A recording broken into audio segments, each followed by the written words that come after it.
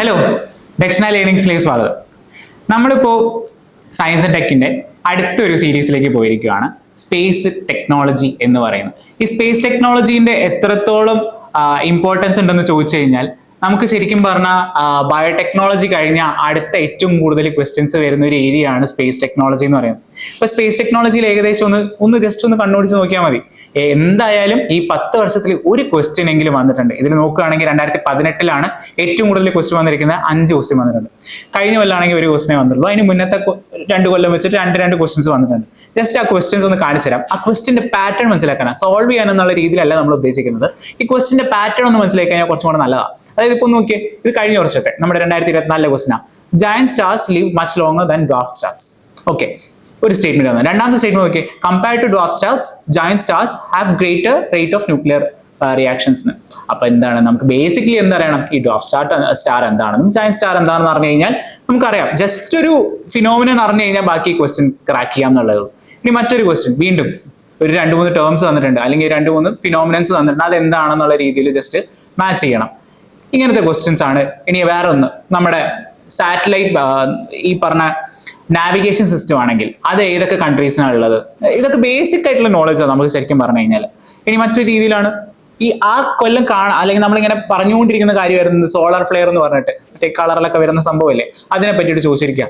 എല്ലാവരും കണ്ടും അറിഞ്ഞും വെച്ചിരിക്കുന്ന ഒരു ചോദ്യമല്ലേ, സിമ്പിൾ ആയിട്ട് ബേസിക് ആയിട്ടുള്ള കാര്യമാണ്. പക്ഷെ നമ്മളൊന്ന് അപ്ഡേറ്റ് ആയിരിക്കണം എന്നാ. മറ്റൊരു ക്വസ്റ്റ്യൻ ഇതാ, ഇത് കുറച്ചൊരു നോളേജ് ആവശ്യമുണ്ട്. എന്നാൽ അതിന്റെ ആ 4 ഓപ്ഷൻസിലേക്ക് ഒന്ന് നോക്കിക്കഴിഞ്ഞാൽ ചിലപ്പോൾ നമുക്ക് പെട്ടെന്ന് തന്നെ എലിമിനേറ്റ് ചെയ്ത് കളയാൻ പറ്റുന്ന ഒരു കാര്യമാണ്. അല്ലെങ്കിൽ മറ്റ് ഓപ്ഷൻസ് ഒക്കെ ഇതുമായിട്ട് ഒരു ബന്ധമില്ലാത്ത രീതിയിൽ നമുക്ക് തോന്നി അത് എലിമിനേറ്റ് ചെയ്ത് ആൻസറിലോട്ട് പോകാനും എളുപ്പമായിരിക്കും എന്നുള്ള രീതിയിലുള്ള ഒരു ചോദ്യമാണ്. ഓക്കെ, ഇങ്ങനെയാണ് ക്വസ്റ്റ്യൻസിന്റെ പാറ്റേൺ വരുന്നത്. അതായത് മറ്റൊരു ക്വസ്റ്റ്യൻ, നമുക്ക് ലൈറ്റ് ഇയേഴ്സിന്റെ കേസിൽ, അത് ലൈറ്റ് ഇയേഴ്സ് എന്നൊക്കെ പറയുന്നത് നമ്മൾ ശരിക്കും പറഞ്ഞാൽ ബേസിക് ആയിട്ട് 8ാം ക്ലാസ് 9ാം ക്ലാസ് ആ ഒരു പ്രായത്തിൽ തന്നെ നമ്മൾ പഠിക്കുന്ന കാര്യമാണ് ലൈറ്റ് ഇയർ എന്താണെന്ന്, ഡിസ്റ്റൻസ് ആണെന്നുള്ള രീതിയിലൊക്കെ. അപ്പോൾ അതിന്റെ ബേസിൽ നമുക്ക് എളുപ്പത്തിൽ ക്രാക്ക് ചെയ്യാൻ പറ്റുന്ന ഒരു ഏരിയ ആണ് സ്പേസ് ആൻഡ് ടെക്നോളജി. പലരും സത്യം പറഞ്ഞു കഴിഞ്ഞാൽ ഈ ഭാഗത്തോട്ട് വരുന്ന സമയത്ത് ഈ ക്വസ്റ്റ്യൻസിന്റെ വ്യാപ്തി ഭയങ്കര കൂടുതലാണെന്നുള്ള രീതിയിലാണ് നമുക്ക് പഠിക്കുന്ന രീതികളും പോകുന്നത്. ആക്ച്വലി അങ്ങനെ പഠിക്കേണ്ട ആവശ്യമില്ല. ബേസിക് ആയിട്ടുള്ള നോളജ്, അതായത് നമ്മുടെ ചുറ്റും നടക്കുന്ന മിഷൻസ് എന്താണ്, ആ മിഷൻസിൽ യൂസ് ചെയ്യുന്ന ടെക്നോളജി, ബേസിക് ടെക്നോളജി, വലിയ പേരുകളൊന്നുമല്ല, ബേസിക് ടെക്നോളജി മാത്രം അറിഞ്ഞു വെച്ച് കഴിഞ്ഞാൽ എളുപ്പത്തിൽ നമുക്ക് ക്രാക്ക് ചെയ്യാൻ പറ്റുന്ന ഒരു ഏരിയ ആണ് ഇത്. എന്തായാലും ഒരു ക്വസ്റ്റ്യൻ ആണെങ്കിൽ ഒരു ക്വസ്റ്റ്യൻ എന്ന് പറഞ്ഞാൽ 2 മാർക്ക് കിട്ടിയില്ലേ, അത് വലിയൊരു കാര്യമല്ലേ. ഓക്കെ, അങ്ങനെ നോക്കുന്നതാണെങ്കിൽ നമുക്ക് ജസ്റ്റ് ഒരു ബ്രീഫ് ആയിട്ടൊരു ഇൻട്രൊഡക്ഷൻ വെച്ച് തന്നെ സ്റ്റാർട്ട് ചെയ്യാം. ആക്ച്വലി ISRO ആണല്ലോ, നമുക്കിപ്പോൾ പറയുവാണെങ്കിൽ ISROന്റെ തുടക്കം എങ്ങനെയായിരുന്നു എന്നൊക്കെ എല്ലാവർക്കും അറിയുന്നതാണ്. ഇപ്പൊ എവിടെ നിൽക്കുന്നത്, നമ്മൾ മനുഷ്യൻ ചന്ദ്രനിലേക്ക് പോകുന്ന രീതിയിലേക്ക്, അല്ലെങ്കിൽ സ്പേസിലേക്ക് പോകാനുള്ള രീതിയിലേക്ക് വരെ നമ്മൾ പ്ലാനിങ് എത്തിക്കഴിഞ്ഞു. എന്നാൽ ഇന്ത്യ പട്ടിണിപ്പാവമാണെന്ന് പറഞ്ഞ് ആ സമയത്ത് ഇതൊക്കെ വേണോ എന്ന് ചോദിച്ചൊരു അവസ്ഥ ഉണ്ടായിരുന്നു. അത് തരണം ചെയ്ത് നമ്മുടെ ഈ അവസ്ഥ വരെ എത്തിയത് എല്ലാവർക്കും അറിയുന്നതാണ്. അപ്പൊ സ്പേസിന് അത്ര ഇമ്പോർട്ടൻസ് ഉള്ളത് കൊണ്ട് തന്നെയാണ് സ്പേസിന് ഇത്രയും ചോദ്യങ്ങൾ ചോദിക്കാനുള്ള റീസണും. ഓക്കെ, ഇതൊക്കെ ഈ പിക്ചറൊക്കെ എല്ലാവരും കണ്ടിട്ടുണ്ടാവും അല്ലെ. എനിവേ, നമുക്ക് ISRO എന്താണെന്നും അതിന് എന്തൊക്കെ കോമ്പണൻസ് ഉണ്ടെന്ന് ജസ്റ്റ് ഒന്ന് പറഞ്ഞു പോവാണ്. അതിന്റെ ഒരു മൈൽ സ്റ്റോൺസ് ഒക്കെ ഇതിൽ തന്നെ കാണാം. ജസ്റ്റ് ഒന്ന് വായിച്ചു നോക്കുന്നത് നല്ലതാണ്, അറിഞ്ഞു വെച്ചാൽ മതി. ഹിസ്റ്ററി ഒന്നും അങ്ങനെ ചോദിക്കാൻ പോണില്ല എന്നുള്ള രീതിയിൽ തന്നെയാണ് നമ്മുടെ ഒരു നിഗമനം. ഓക്കെ, ഏതൊക്കെ സെന്റേഴ്സാണ്? ട്രിവാൻഡ്രത്ത് തന്നെയുള്ള VSSC എന്ന് പറഞ്ഞ് കേട്ടിട്ടുണ്ടാവും. അവിടെ building of launch vehicles. Launch vehicles എന്താണെന്ന് നമുക്ക് ജസ്റ്റ് ബേസിക് ആയിട്ട് അറിഞ്ഞു വെക്കാം അതിനുശേഷം. പിന്നെ റാവു സാറ്റലൈറ്റ് സെന്റർ ഉണ്ട്, ബാംഗ്ലൂരിലാണ്. പിന്നെന്താ SDSC, ഇവിടെ നിന്നാണ് എന്ത് ചെയ്യുന്നത്, ശ്രീഹരിക്കോട്ട. ഇവിടെ നമ്മൾ എന്ത് ചെയ്യുന്നത്, ഈ പറഞ്ഞ ലോഞ്ച് ഒക്കെ ചെയ്യുന്നത് അവിടെ നിന്നാണ്. പിന്നെ LPSC ഉണ്ട്, വീണ്ടും ട്രിവാൻഡ്രത്തുള്ളതാണ് LPSC. പിന്നെ സ്പേസ് അപ്ലിക്കേഷൻ സെന്റർ അഹമ്മദാബാദിലും. പിന്നെന്താണ് നാഷണൽ റിമോട്ട് സെൻസിങ് സെന്റർ, ഇവിടെ ഹൈദരാബാദിലുള്ളതാണ്. ഈ ഒരു ബേസിക് ആയിട്ടൊന്ന് അറിഞ്ഞു വെക്കും. ഇങ്ങനത്തെ കോമ്പണൻസ് ഉണ്ട്. ഏതെങ്കിലും ഓപ്ഷൻസിൽ വീണ്ടും മറ്റേതെങ്കിലും ക്വസ്റ്റ്യൻ ഇങ്ങനെ വല്ല ഓപ്ഷൻസും കണ്ട, അല്ലെങ്കിൽ ഇങ്ങനെ ഒരു ഇൻസ്റ്റിറ്റ്യൂട്ട് കണ്ടു കഴിഞ്ഞാൽ മനസ്സിലാക്കി വെക്കുക, ഇത് എന്തിന് റിലേറ്റഡ് ആണ്, സ്പേസ് ആണെന്നുള്ള രീതിയിലെങ്കിലും നമുക്ക് അറിഞ്ഞു വെച്ചിട്ട് അത് എലിമിനേറ്റ് ചെയ്യാനെങ്കിലും പറ്റണം. അത്രേ ഉദ്ദേശിച്ചിട്ടുള്ളൂ. മറ്റു വലിയ കാര്യങ്ങളൊന്നും ഇതിൽ നിന്ന് ഡയറക്റ്റ് ചോദിക്കുക എന്നുള്ള രീതിയിലല്ല ഉദ്ദേശിച്ചിട്ടുള്ളത് കേട്ടോ. ഓക്കെ, ഇങ്ങനെ ISROയിൽ ഇപ്പൊ ഇത്രയും സ്പേസ് സ്റ്റേഷൻസ് ഉണ്ടെന്ന് പറഞ്ഞല്ലോ. എന്നാൽ നമുക്ക് പുതിയൊരു ന്യൂസ് ഉള്ളത്, നമുക്കൊരു പുതിയൊരു സ്പേസ് പോർട്ടും കൂടെ വരുന്നുണ്ട്. ഓക്കെ, അതാണ് മെയിൻ ആയിട്ടുള്ള ഇമ്പോർട്ടന്റ് ആയിട്ടുള്ള പോർഷൻ എന്ന് പറയുന്നത്. നമ്മളിപ്പോൾ ശ്രീഹരിക്കോട്ടയിൽ നിന്നല്ലേ എല്ലാ ലോഞ്ച് വെഹിക്കിൾസ്, അല്ലെങ്കിൽ നമ്മൾ ലോഞ്ചുകൾ കംപ്ലീറ്റ് നടക്കുന്ന ഇവിടുന്ന ശ്രീഹരിക്കോട്ടയിൽ. എന്നാൽ നമ്മളിപ്പോൾ പുതിയൊരു സ്ഥലം കൂടെ കണ്ടുവച്ചിട്ടുണ്ട്. അതാണ് കുലശേഖരപട്ടണം എന്ന് പറഞ്ഞിട്ട്, തിരുച്ചെന്തൂർ, നമ്മുടെ തമിഴ്നാട് ആ ഭാഗത്താണ് ഈ പറഞ്ഞ കുലശേഖരപട്ടണം ഉള്ളത്. അവിടെ small satellite launch vehicle centre ഒരു പോർട്ടാണ് നമ്മൾ ഉദ്ദേശിച്ചിരിക്കുന്നത് തൽക്കാലത്തേക്ക്. ആ ഒരു ഐഡിയ ഉണ്ടാക്കി വെച്ചാൽ മതി. ഇതിന്റെ ലൊക്കേഷൻ മേ ബി നമുക്ക് വേണമെങ്കിൽ ജോഗ്രഫി റിലേറ്റഡ് ആയിട്ടുള്ള കേസിൽ ഇതിന്റെ ലൊക്കേഷൻ എവിടെ എന്നുള്ള രീതിയിൽ വേണമെങ്കിൽ ചോദിക്കാവുന്നതേ ഉള്ളൂ. ഓക്കെ, അപ്പൊ അത് എവിടെയാണെന്ന് ജസ്റ്റ് മാപ്പിൽ നോക്കി വെക്കുക. നമ്മുടെ മറ്റേ ഗൾഫ് ഓഫ് മാന്നാർ, തിരുനെൽവേലി, തിരുച്ചെന്തൂർ എന്നൊക്കെ പറയുന്ന ആ ഒരു ഭാഗത്താണുള്ളത് വരുന്നത്. ഓക്കെ, അതൊന്ന് ജസ്റ്റ് നോക്കി വെക്കുകയും അവിടെ ഏത് പ്ലാൻ ചെയ്തിരിക്കുന്ന എന്താണ് SSLVന്റെ ഒരു കേസ് ആണെന്നുള്ള രീതിയിൽ മനസ്സിലാക്കി വെച്ചാൽ മതി. മറ്റു രീതിയിൽ ഒരു അഡ്വാൻറ്റേജ് പറയാം.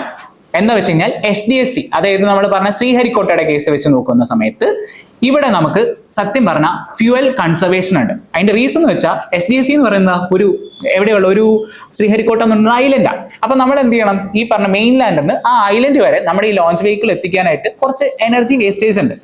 നമ്മളിപ്പോ വെച്ചിരിക്കുന്ന കുലശേഖരപട്ടണം എന്ന് പറയുന്നത് എവിടെയാ, ഈ മെയിൻലാൻഡിൽ തന്നെയാണ്. അപ്പൊ ആ ഒരു ട്രാൻസ്ഫർ, അത് വാട്ടറിന് അവിടെ നിന്ന് അങ്ങോട്ട് പോകുന്നതിന്റെ ഒരു ട്രാൻസ്ഫർ ഉണ്ടല്ലോ, അതൊന്ന് നമുക്ക് ലാഭിക്കാനും പറ്റും എന്നുള്ളതാണ് ഇതിന്റെ ഒരു അഡ്വാൻറ്റേജ്. ഇതൊന്ന് അറിഞ്ഞു വെച്ചാൽ മതി എവിടെയാന്നുള്ള രീതിയിൽ. ഓക്കെ, നെക്സ്റ്റ് സാറ്റലൈറ്റുകളെ പറ്റിയിട്ട്. ഇവിടെ നിന്നൊക്കെ നമ്മൾ മെയിൻ ആയിട്ട് എന്താ ഉദ്ദേശിക്കുന്നത്, സാറ്റലൈറ്റുകൾ വിടുക. സാറ്റലൈറ്റുകൾ പലതരം ഉണ്ട് നമുക്ക് അറിയാലോ. നാച്ചുറൽ ഉണ്ട്, അതുപോലെ ആർട്ടിഫിഷ്യൽ ഉണ്ട്. നാച്ചുറൽ എന്ന് പറയുന്നത് ഏതാണെന്ന് എനിക്കറിയാം. നമ്മുടെ മൂൺ എന്നൊക്കെ പറയുന്നത് ഒരു നാച്ചുറൽ ആയിട്ടുള്ള ഒരു സാറ്റലൈറ്റ് ആണ്. അതേപടി ആർട്ടിഫിഷ്യൽ എന്ന് പറയുന്നത് എന്താ, നമ്മളായിട്ട് നിർമ്മിച്ചു വിടുന്നത്. നമ്മുടെ ഫസ്റ്റ് സാറ്റലൈറ്റ് ഏതാണെന്നൊക്കെ അറിയാലോ. ഫസ്റ്റ് സാറ്റലൈറ്റ് എന്ന് പറയുന്നത് നമ്മുടെ ഇന്ത്യയുടെ ആണെങ്കിൽ ആര്യഭട്ടയാണ്. അത് USSRന്റെ സഹായത്തോടു കൂടിയാണ് നമ്മൾ വിട്ടത് എന്നുള്ളത് ഓർത്ത് വെച്ചേക്കാം. എന്നാൽ ഫസ്റ്റ് സാറ്റലൈറ്റ് വേൾഡിൽ തന്നെ വിട്ടേക്കുന്നത് USSR തന്നെയാണ്. സ്പുട്നിക് എന്ന് പറഞ്ഞ പേരിലാണ് വിട്ടിരിക്കുന്നത്. ഇതൊരു ജസ്റ്റ് ഒരു ബ്രീഫ് ഐഡിയ മാത്രമേ തന്നിട്ടുള്ളൂ. ഇന്ന് നമുക്ക് ഏറ്റവും കൂടുതൽ മുന്നിട്ട് നിൽക്കുന്ന സ്പേസിൽ ഒരു ഓർഗനൈസേഷനാണ് നാസ. ശരിക്കും പറഞ്ഞാൽ ഒരു കഥയൊക്കെ ഉണ്ട് ആ രീതിയിൽ വരുന്ന സമയത്ത്. ഈ നാസയുടെയും USSRും തമ്മിലുള്ള ഒരു വാർ എന്ന് പറഞ്ഞു കഴിഞ്ഞാൽ ആ ഒരു അവരുടെ സമയത്തുള്ള ആ കോൾഡ് വാർ കാരണമാണ് ഇങ്ങനെ പറഞ്ഞ നാസ തന്നെ ബിൽഡായി വന്നത്. അത്രയും പേരിൽ എത്തിക്കാനായിട്ട് അവർ വാശിയായിരുന്നു. ആ ഒരു വാശിയിലാണ് നാസ എത്തിയിരിക്കുന്നത്. പലർക്കും അറിയുന്ന ഒരു ന്യൂസ് ആയിരിക്കും. അതുകൊണ്ട് വേറെ പ്രശ്നങ്ങളും ഉണ്ടായിട്ടുണ്ട്. നമുക്ക് ഈ ടോപ്പിക്കിൽ അവസാനത്തേക്ക് എത്തുമ്പോൾ നമുക്കത് എന്താണ് അതിന്റെ പ്രശ്നം എന്നുള്ള രീതിയിൽ നമുക്കൊരു ചോദ്യം വരാനുണ്ട്. അത് നമുക്ക് ഡീൽ ചെയ്യാം എന്തായാലും. എനിവേ, ഇത് അറിയുന്നത് നല്ല രസമാണ് കേട്ടോ. നമുക്ക് സാറ്റലൈറ്റിന്റെ കേസ് തന്നെ തിരിച്ചു വരാം. ആർട്ടിഫിഷ്യൽ സാറ്റലൈറ്റ് പലതരം ഉണ്ട്. കമ്മ്യൂണിക്കേഷന് ഉപയോഗിക്കാവുന്നതാണ്. പിന്നെ എർത്ത് ഒബ്സർവേഷൻ എന്താണെന്ന് അറിയാലോ, ഒബ്സർവ് ചെയ്യാനായിട്ടുള്ള സാറ്റലൈറ്റ്സ് ഉണ്ട്. നാവിഗേഷൻ സാറ്റലൈറ്റ് ഉണ്ട്. അതുപോലെ മിലിറ്ററി പേർപ്പസിനുള്ള സാറ്റലൈറ്റ്സ് ഉണ്ട്. പൊതുവെ മിലിറ്ററി പേർപ്പസ് സാറ്റലൈറ്റ്സ് നമുക്ക് ഭയങ്കര സീക്രട്ട് ആയിട്ടുള്ള ഓപ്പറേഷൻസ് ആണ്. അതുകൊണ്ട് അതിന്റെ ഡാറ്റാസ് നമുക്ക് അങ്ങനെ അത്ര പെട്ടെന്ന് കിട്ടാൻ പാടില്ല, അല്ലെങ്കിൽ കിട്ടാത്തൊരു സാധനം ആയതുകൊണ്ട് തന്നെ അവിടുന്ന് ക്വസ്റ്റ്യൻസ് പൊതുവെ വരാറുമില്ല. അപ്പോൾ ഈ ബാക്കി മൂന്നെണ്ണം ഒന്ന് നമുക്ക് പഠിക്കാനുണ്ട്. ഏതൊക്കെയാണെന്ന് ജസ്റ്റ് പഠിച്ചു വെച്ചാൽ മതി.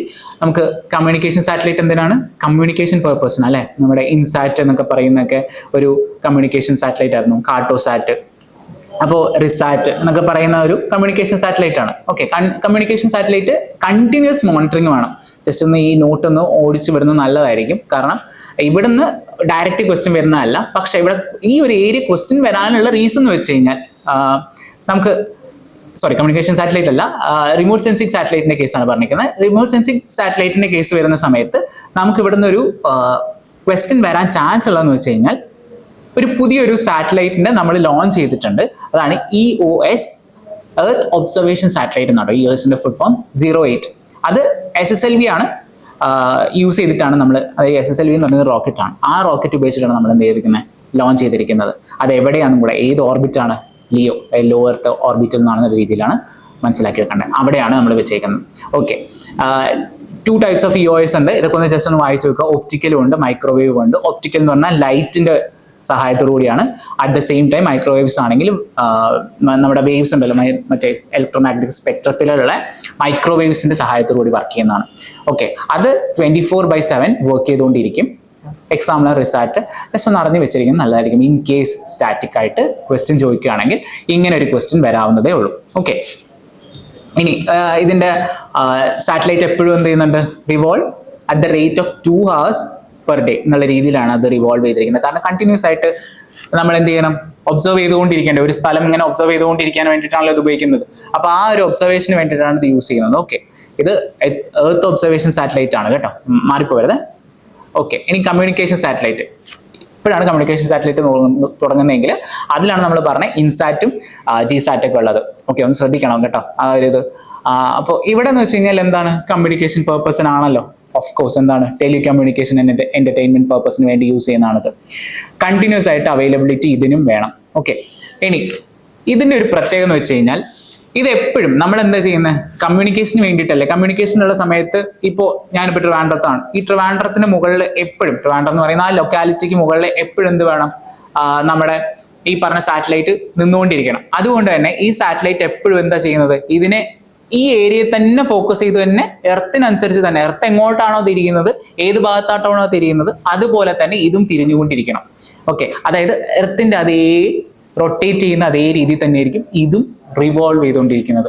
എർത്തിന്റെ റൊട്ടേഷന്റെ സ്പീഡ് തന്നെയായിരിക്കും ഇതിനും റെവല്യൂഷൻ സ്പീഡും ഉണ്ടാകുന്നത്. ഓക്കെ, അതായത് 24 hours തന്നെ ഇതും കംപ്ലീറ്റ് ചെയ്തിരിക്കണം എന്നുള്ള രീതിയിലാണ് മനസ്സിലാക്കേണ്ടത്. ഓക്കെ, അത് അങ്ങനെയുള്ള ഒരു സാറ്റലൈറ്റിന്റെ ഓർബിറ്റിനെ നമ്മൾ വിളിക്കുന്നതാണ് ജിയോ സ്റ്റേഷനറി അല്ലെങ്കിൽ ജിയോ സിൻക്രണസ് സാറ്റലൈറ്റ് എന്നൊക്കെ പറയും. ഇങ്ങനെ കറങ്ങിക്കൊണ്ടിരിക്കുന്നത് ഒരേ സ്ഥലത്ത് തന്നെ പോയിന്റ്, അതായത് ആക്ച്വലി അത് റിവോൾവ് ചെയ്യുന്നുണ്ട്, പക്ഷെ നമ്മൾ നോക്കുമ്പോൾ എന്താ, അത് ഇവിടെ തന്നെ ഉണ്ട്, ഇത് ഇതിന്റെ കൂടെ തന്നെ വരുന്നുണ്ടല്ലോ എന്നുള്ള രീതിയിൽ നമ്മൾ എങ്ങോട്ട് പോകുന്നു അതുപോലെ തന്നെ അത് വരും. നമുക്ക് നോക്കുമ്പോൾ സ്റ്റേഷനറി ആയിട്ടുണ്ട്, പക്ഷെ അത് നീങ്ങുന്നുണ്ട് എർത്തിന്റെ അതേ സ്പീഡിൽ തന്നെ. ആ രീതിയിൽ മനസ്സിലാക്കിയാൽ മതി. അതുകൊണ്ട് ഇതിന്റെ റെവല്യൂഷൻ സ്പീഡ് അല്ലെങ്കിൽ ഇതിന്റെ ഓർബിറ്റർ റേറ്റ് എന്ന് പറയുന്നത് 24 hours ആണ്. 23 hours എന്നൊക്കെ പറഞ്ഞിട്ട് നമ്മൾ കൊടുക്കും, പോയിന്റ് എന്നൊക്കെ പറഞ്ഞിട്ട്. എനിവേ നമ്മൾ 24 hours എന്നൊക്കെ പഠിച്ചാൽ മതി.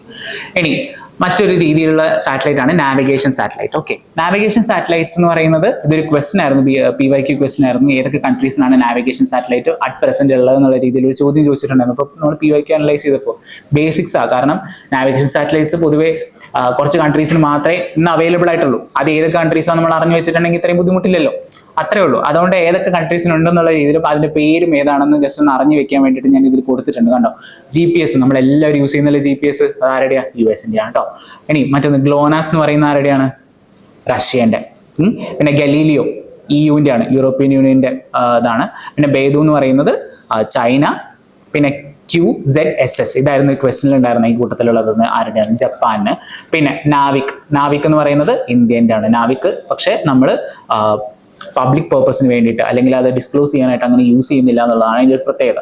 ഓക്കെ, ഇതിന്റെ ഒരു ഇത് എങ്ങനെ വർക്ക് ചെയ്യുന്നു വെച്ച് കഴിഞ്ഞാൽ, ഇത് നാവിഗേഷൻ അല്ലേ, അപ്പൊ നാവിഗേഷനും ഇതുപോലെ തന്നെ എപ്പോഴും ഈ പറഞ്ഞ സാറ്റലൈറ്റ് ആ ഒരു ഏരിയയിൽ തന്നെ ഇങ്ങനെ കിടന്ന് ആ ഒരു ഏരിയ തന്നെ ഫോക്കസ് ചെയ്തുകൊണ്ടിരിക്കണം. അതിന് വേണ്ടിയിട്ടാണ് നമ്മൾ പറയുന്നത് 3 സാറ്റലൈറ്റ് മിനിമം ഉണ്ടെങ്കിൽ മാത്രം ആ ഏരിയ കവർ ആവുള്ളൂ. ഈ ഒരു ഡയഗ്രം ഒന്ന് നോക്കിയാൽ തന്നെ നിങ്ങൾക്ക് മനസ്സിലാവും. ഇപ്പോൾ ഈ പറഞ്ഞ ഡയഗ്രം കണ്ടോ, എന്താ ഇവിടെ ഈ ഒരു കേസിൽ ഇവിടെ കണ്ടില്ലേ, ഇപ്പോൾ ഇവിടെ ഒരു സാറ്റലൈറ്റ് ഉണ്ട്, ഇവിടെ ഒരു സാറ്റലൈറ്റ് ഉണ്ട്, അതുപോലെ ഇവിടെ ഒരു സാറ്റലൈറ്റ് ഉണ്ട്.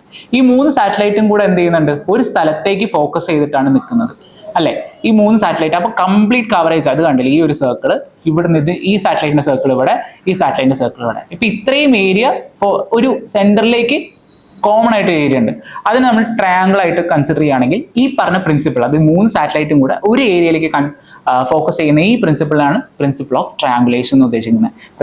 പ്രിൻസിപ്പിൾ ഓഫ് ട്രയാങ്കുലേഷൻ ഏത് സാറ്റലൈറ്റ് സിസ്റ്റത്തിനാണ് യൂസ് ചെയ്യുന്നത് വെച്ച് കഴിഞ്ഞാൽ ഓഫ് കോഴ്സ് നാവിഗേഷൻ സാറ്റലൈറ്റ്സ് എന്നുള്ള രീതിയിൽ ഓർത്ത് വെച്ചേക്കുക. ഓക്കെ, ഇതാണ് ടൈപ്സ് ഓഫ് സാറ്റലൈറ്റ്സിനെ നമ്മൾ മനസ്സിലാക്കി വെക്കേണ്ടത് കേട്ടോ. ഇനി ഇത് പറഞ്ഞുകൊണ്ട് തന്നെ, നാവിഗേഷൻ സാറ്റലൈറ്റ് പറഞ്ഞുകൊണ്ട് തന്നെ നമുക്ക് എന്തിലേക്ക് പോകണം, ഇന്ത്യൻ നാവിഗേഷൻ സാറ്റലൈറ്റ്, അതായത് IRNSS, അത് ആ സാറ്റലൈറ്റ് സിസ്റ്റത്തിന് വിളിക്കുന്നതാണ്, അല്ലെങ്കിൽ നാവിക് എന്ന് വിളിക്കാം. ഇത് എന്തിനാ, നമ്മുടെ ഇന്ത്യയിലുള്ള ഏരിയ ആണ് ഫോക്കസ് ചെയ്ത്. ആ ഡയഗ്രാം തന്നെ നോക്കിയാൽ മനസ്സിലാവും അല്ലെ, എല്ലാ സാറ്റലൈറ്റ് എങ്ങോട്ട് മാത്രമേ വരുന്നുള്ളൂ, നമ്മുടെ ഇന്ത്യ എന്ന് പറഞ്ഞ ആ ഒരു ഏരിയയിൽ മാത്രമേ വരുന്നുള്ളൂ. അപ്പൊ ഇതിൽ എത്ര സാറ്റലൈറ്റ് ഉണ്ടെന്ന് തന്നെ നോക്കിയേ, 1 2 3 4 5 6 7 എണ്ണം ഉണ്ട്. ഈ 7 എണ്ണത്തില് നമുക്ക് 3 എണ്ണം ഒരു സ്ഥലത്തും മറ്റു 4 എണ്ണം, അതായത് ബ്ലാക്ക് ഉള്ളത് ഒരേ സർക്കിളിലാണ് കാണുന്നത് കണ്ടോ. ബാക്കി 4 എണ്ണം എവിടെയാ, ഒരു ഏരിയയിൽ, ഒറ്റ ഒരു ഏരിയയിൽ ഫോക്കസ് ചെയ്യുന്നുള്ളൂ. ഈ ഇത് കണ്ടോ, ഇവിടെ ഒന്നുണ്ട്, ഇവിടെ ഒന്നുണ്ട്, പിന്നെ ഈ ഒരു ഏരിയയിലും ഈ ഒരു ഏരിയയിലും, ഇങ്ങനെ 4 എണ്ണം. അല്ലാതെ ഏതാ, ഒന്ന് ഇവിടെ, പിന്നെ ഇവിടെ ഒന്നും, പിന്നെ ഈ ഒരു അറ്റത്ത് മറ്റൊന്ന്, ഇങ്ങനെ കിടക്കുന്നതല്ലേ. അപ്പൊ ഇത്രയുമാണ് ഇതിനകത്ത് കാണുന്നത്. അപ്പൊ ഇതിൽ നമുക്ക് ശ്രദ്ധിക്കേണ്ട ഒരു കാര്യം എന്ന് വെച്ചാൽ, ഈ പറഞ്ഞുണ്ടല്ലോ ബ്ലാക്കിലുള്ളത്, ഈ ബ്ലാക്കിലുള്ള ആ ഒരു ഏരിയയിൽ നിന്ന് ആ ഒരു സർക്കിൾ അല്ലെങ്കിൽ ആ ഓർബിറ്റിനെ വിളിക്കുന്നതാണ് ജിയോ സ്റ്റേഷനറി സാറ്റലൈറ്റ്. അതായത് അത് അവിടെ നിന്ന് അനങ്ങില്ല. നമ്മൾ നേരത്തെ പറഞ്ഞില്ലായിരുന്നോ, അതായത് ഇത് ഇങ്ങനെ കറങ്ങുന്ന സമയത്ത്, ഇങ്ങോട്ട് അത് കറങ്ങുന്ന സമയത്ത് അതുപോലെ തന്നെ എങ്ങോട്ടും എർത്ത് ഇങ്ങോട്ട് കറങ്ങുന്നതിനനുസരിച്ചിട്ട് ഈ ഓർബിറ്റും ഇതുപോലെ കറങ്ങും. എന്നാലേ നമുക്ക് എപ്പോഴും ആ ഒരു ഫോക്കസ് അവിടെ തന്നെ നിൽക്കുള്ളൂ. ഇനി അതല്ലാതെ ബാക്കി 4 പേരുണ്ട്. ഈ 4 പേര് നിൽക്കുന്ന എവിടെയാ, ജിയോ സിൻക്രണസ് ഓർബിറ്റാ. അതെന്താ ജസ്റ്റ് നമുക്ക് നോക്കാം, അതിന് മുന്നേ മനസ്സിലാക്കി വെക്കുക. ജിയോ സിൻക്രണസ് എന്ന് പറഞ്ഞു കഴിഞ്ഞാൽ ഏകദേശം എർത്തിന്റെ അതേ ഇത് തന്നെയാണ്, അതായത് റിവോൾവിംഗ് ആയിട്ടുള്ള ആ ഒരു ഇതൊക്കെ സെയിം തന്നെയാണ്.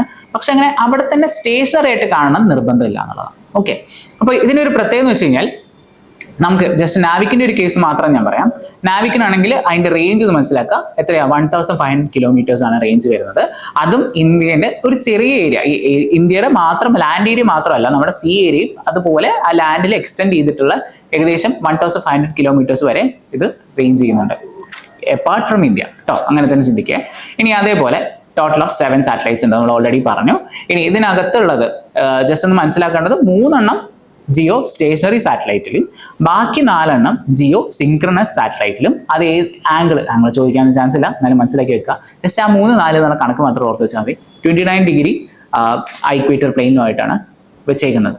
ഇനി മറ്റൊരു ഇത് എന്തുകൊണ്ട് ഇത് പറഞ്ഞതെന്ന് വെച്ച് കഴിഞ്ഞാൽ, നമ്മൾ ഈ അടുത്ത് ഈ പറഞ്ഞ 4 നമ്മുടെ ഈ ജിയോ സിൻക്രണസിലുള്ള 4 ഒരാളെ മാറ്റിയിട്ട്, അതായത് NVS-1 എന്ന പേരുണ്ടായിരുന്ന ഒരാൾ ആ സാറ്റലൈറ്റിനെ മാറ്റിയിട്ട് പുതിയൊരു സാറ്റലൈറ്റ് അവിടേക്ക് വിക്ഷേപണം നടത്തിയിട്ടുണ്ട്. അതായത് അവിടുത്തെ അതിന്റെ ലൈഫ് കപ്പാസിറ്റി തീരുകയും അതിനനുസരിച്ച് പുതിയ ഒന്നിനെ നമ്മൾ അവിടെ വിട്ടിട്ടുണ്ട്. അതാണ് NVS-02. മുന്നേ ഉണ്ടായിരുന്ന NVS-01 ആണെങ്കിൽ ഇപ്പോൾ ഉള്ളത് NVS-02. ഒന്ന് വായിച്ചു നോക്കിയേ. Placed in geosynchronous transfer orbit by ഇതാണ് GSLV കേട്ടോ. GSLV വെച്ചിട്ടാണ് നമ്മൾ ജിയോ എന്നുള്ള രീതിയിൽ ഓർത്താൽ മതി. GSLV F-15. മുമ്പുള്ളത് F-12 വെച്ചിട്ടാണ് വിക്ഷേപണം നടത്തിയത്. ഇറലവൻ്റ് ആണ്, കുഴപ്പമില്ല, ജസ്റ്റ് ഒന്ന് മനസ്സിലാക്കി വെച്ചാൽ മതി. Replacing NVS-01. ഓക്കെ, ഇതാണ് എന്ത് വന്നിരിക്കുന്നത്, നാവിക്കിലുള്ള ചേഞ്ചസ്. ഓക്കെ, ഇനി അടുത്തത് നമ്മളിപ്പോൾ കുറേ ഓർബിറ്റ്സ് പറഞ്ഞല്ലോ. ജസ്റ്റ് ഒന്ന് ഓർബിറ്റിന്റെ ടൈപ്സ് ഞാൻ അവിടെ കൊടുത്തിട്ടുണ്ട്. ഇതിൽ ഓരോ ടൈപ്പ്, ഫസ്റ്റത്തെ ടൈപ്പ് എന്ന് പറഞ്ഞാൽ ബൈ ഇൻക്ലിനേഷന്റെ ബേസിൽ നമുക്ക് ഓർബിറ്റ്സിനെ ക്ലാസിഫൈ ചെയ്യാം. എന്താണ് ഇത്? ഫസ്റ്റത്തെ നോക്കിയേ, ഇത് ആ എർത്തിന്റെ സെയിം ലെവലിലുള്ളതാ. സെയിം ലെവലിലാവുമ്പോൾ എന്താണ് ഇക്വിറ്റോറിയൽ ഓർബിറ്റ് എന്ന് വിളിക്കുന്നു. ഇനി അതേ സമയത്ത് ഇതിന്റെ പെർപെൻഡിക്കുലർ ആയിട്ട് വന്നു കഴിഞ്ഞാൽ അതിനെ പോളാർ ഓർബിറ്റ്. ഇനി ഒരു ചെറിയൊരു ചരിവ് ഉണ്ടെങ്കിലോ അത് ഇൻക്ലൈൻഡ് ഓർബിറ്റ്. ആ പേര് തന്നെ ഉണ്ടല്ലേ. ഇനി രണ്ടാമത്തെ എന്താ? ഷേപ്പിനനുസരിച്ചാണെങ്കിൽ സർക്കുലർ ഓർബിറ്റ് ഉണ്ട്, പിന്നെന്താ എലിപ്റ്റിക്കൽ ഓർബിറ്റ് ഉണ്ട്.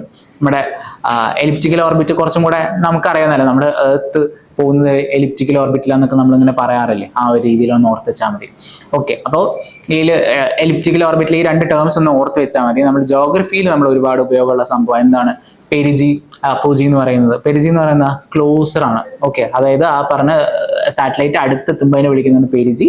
അപ്പോജി എന്ന് പറഞ്ഞു കഴിഞ്ഞാൽ അപ്പുറത്ത്, ദൂരെ എന്നുള്ള രീതിയിൽ ഓർത്ത് വെച്ചാൽ മതി. ഓക്കെ, ഇനി ഓൾട്ടിറ്റ്യൂഡിന്റെ ബേസിൽ ഇതാണ് നമ്മൾ പറഞ്ഞുകൊണ്ടിരുന്നത് അല്ലെ. LEO, MEO, അതുപോലെ GEO എന്ന് പറഞ്ഞിട്ടുള്ള 3 ഓർബിറ്റുകൾ. ഒന്നെന്താണ്? Low earth orbit. Okay, low earth orbit ആണ്. അതിന്റെ ജസ്റ്റ് ഒന്ന് ആ ഒരു ഡിസ്റ്റൻസ് മാത്രം ഒന്ന് നോക്കാൻ വേണ്ടിയിട്ടാട്ടോ. ഇതൊക്കെ ഈ ലോ എർത്ത് ഓർബിറ്റിൽ ഏതൊക്കെയാണ് വിടുന്നതെന്നൊക്കെ നമ്മൾ ഓൾറെഡി പറഞ്ഞു കഴിഞ്ഞു. അതുപോലെ ജിയോയിൽ ഏതൊക്കെയാണെന്ന് നമ്മൾ പറഞ്ഞു കഴിഞ്ഞല്ലോ. അതുപോലെ മിഡിൽ എന്ന് പറയുന്നതിന്റെ ഇടയിലുള്ളതാണ് ആ ഒരു റേഞ്ച് എന്ന് പറയുന്നത്. ഓക്കെ, ഇത്രയും ജസ്റ്റ് ഒന്ന് ഓർത്ത് വയ്ക്കുക. ഇപ്പോൾ LEOന്റെ ഡിസ്ക്രിപ്ഷൻ ഞാൻ കൊടുത്തിട്ടുണ്ട് ഇവിടെ. LEO ഈ ഒരു ഡയഗ്രത്തിൽ തന്നെ ഉണ്ട്. LEO എവിടെ വരുന്നു, MEO എവിടെ വരുന്നു, GEO എവിടെ വരുന്നു എന്നുള്ളതൊക്കെ കൊടുത്തിട്ടുണ്ട്. ഇതിന്റെ ഏതൊക്കെയാണ് ഇതിന്റെ ഓർബിറ്റൽ പീരീഡ് എന്താണ് അതൊക്കെ ജസ്റ്റ് ക്ലിയർ ആയിട്ട് കൊടുത്തിട്ടുണ്ട്. ഒന്ന് മനസ്സിലാക്കി വെച്ചാൽ മാത്രം മതി. ജിയോന്റെ ഞാൻ കൊടുത്തിട്ടുണ്ട്. ജിയോയിൽ ഞാൻ പറയാനുള്ളത്, ഇതിലിപ്പോൾ ജിയോന്റെ തന്നെ നമുക്ക് 2 ടൈപ്പാണ് ഉള്ളത്. ജിയോ സ്റ്റേഷനറി ഉണ്ട്, ജിയോ സിൻക്രണസും ഉണ്ട്. ജിയോ സിൻക്രണസ് എന്ന് പറഞ്ഞു കഴിഞ്ഞാൽ രണ്ടിന്റെയും സ്പീഡ്, അതായത് റെവല്യൂഷൻ ടൈം എന്ന് പറഞ്ഞാൽ 24 hours തന്നെയായിരിക്കും. ഓക്കെ, ജിയോ സ്റ്റേഷനറി എപ്പോഴും നമ്മൾ നേരത്തെ പറഞ്ഞ പോലെ ഒരു പോയിന്റ് നമ്മൾ നോക്കിക്കഴിഞ്ഞാൽ അത് അയാൾ അവിടെ തന്നെ കാണും. കാരണം നമ്മൾ എങ്ങോട്ട് ഇങ്ങനെ കറങ്ങുന്നു അതുപോലെ നമ്മുടെ കൂടെ തന്നെ കറങ്ങിക്കൊണ്ടിരിക്കുക. ഓക്കെ, നമ്മളിപ്പോൾ എൻ്റെ നെറ്റിൽ നിന്ന് ഞാനിപ്പോൾ ഒരു സാധനം ഇങ്ങനെ കണക്ട് ചെയ്ത് വെച്ചിട്ട് ഞാൻ അങ്ങനെ കറങ്ങി കഴിഞ്ഞാൽ അതും കറങ്ങുന്നുണ്ടല്ലോ എൻ്റെ കൂടെ, അതേപോലെ തന്നെയാണ്. അപ്പോൾ എൻ്റെ നെറ്റിൽ തന്നെ അതവിടെ ഉണ്ടാവും. അതുപോലെ ഒരു സംഭവമാണ് ഈ പറഞ്ഞ ജിയോ സ്റ്റേഷനറി. ജിയോ സിൻക്രണസ് എന്ന് പറഞ്ഞു കഴിഞ്ഞാൽ അതിന് പകരം ചെറിയൊരു ടിൽറ്റ് ഉണ്ടാവും, അല്ലെങ്കിൽ ഒരു ചെറിയൊരു ആംഗിൾ ഉണ്ടാവും. അത് നേരത്തെ നമ്മൾ പറഞ്ഞില്ലേ, ഇപ്പോൾ IRNSSന്റെ 4 ഉള്ളത് ജിയോ സിൻക്രണസിലാണെന്നൊക്കെ പറഞ്ഞില്ലേ. അത് ഏത് ആംഗിളിലാണ് പറഞ്ഞത്? 29 ഡിഗ്രി എന്ന് പറഞ്ഞു. അതേപോലെ ഇവിടെ ഒരു ആംഗിൾ ഉണ്ട് വെച്ചിട്ടുണ്ട്, ചെറിയൊരു ആംഗിൾ സെറ്റ് ചെയ്യുന്നതാണ് ജിയോ സിൻക്രണസ് എന്ന് പറയുന്നത്. ഓക്കെ, നെക്സ്റ്റ് ജിയോ സ്റ്റേഷനറിയും ജിയോ സിൻക്രണസും തമ്മിലുള്ള ചെറിയൊരു ഡിഫറൻസ് ആണ്. ഇതിൽ കാര്യമായിട്ടൊന്നും വായിക്കണമെന്നില്ല. ജസ്റ്റ് ഞാൻ പറയുവാണെങ്കിൽ നമുക്ക് ഈ പറഞ്ഞ മോഷൻലെസ് എന്ന് പറഞ്ഞ സംഭവം കണ്ടില്ലേ, ഈ മോഷൻലെസ് എന്താണെന്ന് നോക്കാം. അതുപോലെ മോഷൻലെസ് എന്ന് പറഞ്ഞു കഴിഞ്ഞാൽ അനങ്ങുന്നില്ല എന്ന് ഉദ്ദേശിച്ചത്. പിന്നെ 24/7 കവറേജ് ഉണ്ടെന്ന് പറഞ്ഞു. പിന്നെ എന്തിനൊക്കെ യൂസ് ചെയ്യുന്ന disaster management, communication, weather forecasting, DTH purpose, നമ്മുടെ വീട്ടിലൊക്കെ യൂസ് ചെയ്യുന്ന ഡീറ്റെയിൽസ് ഉണ്ടല്ലോ, അതിനൊക്കെ ജിയോ സ്റ്റേഷനറി ആണ്. ജിയോ സിൻക്രണസ് ആണെന്നുണ്ടെങ്കിൽ നമുക്ക് നോക്കേണ്ടത് ഇൻക്ലൈൻഡ് ആണെന്ന് നമ്മൾ ഓൾറെഡി പറഞ്ഞു അല്ലെ. ഇനി speed and time period sync ചെയ്തിട്ടാണ് പോകുന്നത്, ഒരേപോലെയാണെന്ന് പറഞ്ഞല്ലോ നമ്മൾ നേരത്തെ. ഇനി എന്തിനാ ഉപയോഗിക്കുന്നത്? കമ്മ്യൂണിക്കേഷന് വേണ്ടിയിട്ട് ഉപയോഗിക്കുന്നു. ബാക്കിയുള്ള കാര്യങ്ങളൊന്നും അത്രയും ഇതാക്കണം, നമ്മൾ ഓൾറെഡി പറഞ്ഞ കാര്യങ്ങളൊക്കെ തന്നെ ഉള്ളൂ. ഇത്രയും കാര്യങ്ങളൊന്നും മനസ്സിലാക്കി വെച്ചാൽ മതി. ഇതല്ലാതെ ജസ്റ്റ് ഒന്ന് അറിയാൻ വേണ്ടിയിട്ടാണ് ഇട്ടേക്കുന്നത്. എല്ലാം പഠിച്ച് ബൈഹാർട്ട് പഠിക്കേണ്ട ആവശ്യമൊന്നുമില്ല. ഇനി നെക്സ്റ്റ് നമ്മളിപ്പോൾ റോക്കറ്റുകൾ, ലോഞ്ച് വെഹിക്കിൾ എന്ന് പറയുന്നത് റോക്കറ്റുകൾ, പലതരം റോക്കറ്റ്സ് ഇന്ത്യക്കുണ്ട്, ISROനുണ്ട്. ഈ റോക്കറ്റ്സ് ഏതൊക്കെയാണെന്നുള്ള രീതിയിൽ നമുക്ക് ജസ്റ്റ് ഒന്ന് അറിഞ്ഞു വെക്കുന്നത് നല്ലതാണ്. ജസ്റ്റ് ഒന്ന് അറിഞ്ഞു വെച്ചാൽ മതി, ഡീറ്റെയിൽഡ് ആയിട്ട് പോകേണ്ട ഒരു ആവശ്യമില്ല. കാരണം നമ്മളിന്ന് എവിടേക്കോ ടെക്നിക്കലെത്തി.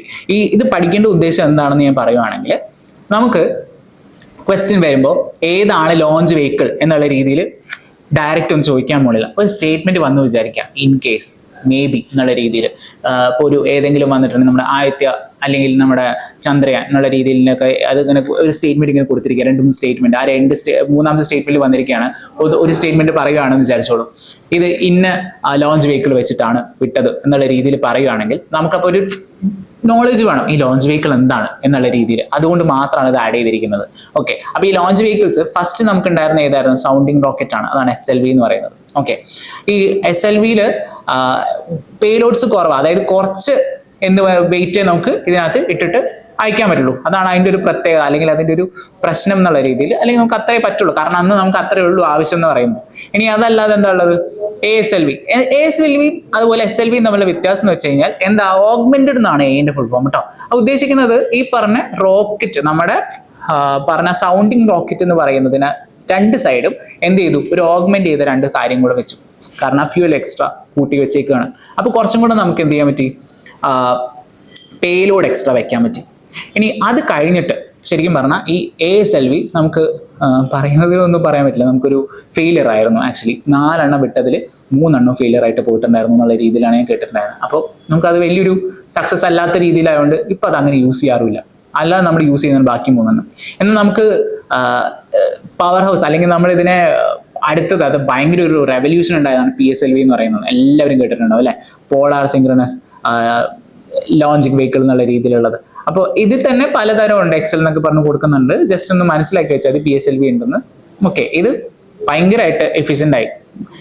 ആ ഒരു നമ്മുടെ റെവല്യൂഷൻ തന്നെ സ്റ്റാർട്ട് ചെയ്യുന്നത് PSLVയുടെ കേസാണ്. PSLVക്ക് ശേഷം വന്നാണ് GSLV, പിന്നെ LVM അല്ലെങ്കിൽ GSLV Mach 3 എന്ന് പറയുന്ന LVM. ഈ LVMലാണ് നമ്മൾ എന്ത് ചെയ്യാൻ പോകുന്നത്? ഗഗൻയാനൊക്കെ മിഷൻ സ്റ്റാർട്ട് ചെയ്യാൻ പോകുന്നതിന്റെ റീസൺ എന്ന് പറയുന്നത് LVMലാണ്. ഓക്കെ, ഇത്രയും കാര്യങ്ങളൊന്ന് മനസ്സിലാക്കി വെക്കുക ഈ ലോഞ്ച് വെഹിക്കിൾസിൽ. ഇതിന്റെ ഓരോ ഡിസ്ക്രിപ്ഷൻസും ഞാനൊരു ടേബിൾ ആയിട്ട് കൊടുത്തിട്ടുണ്ട്.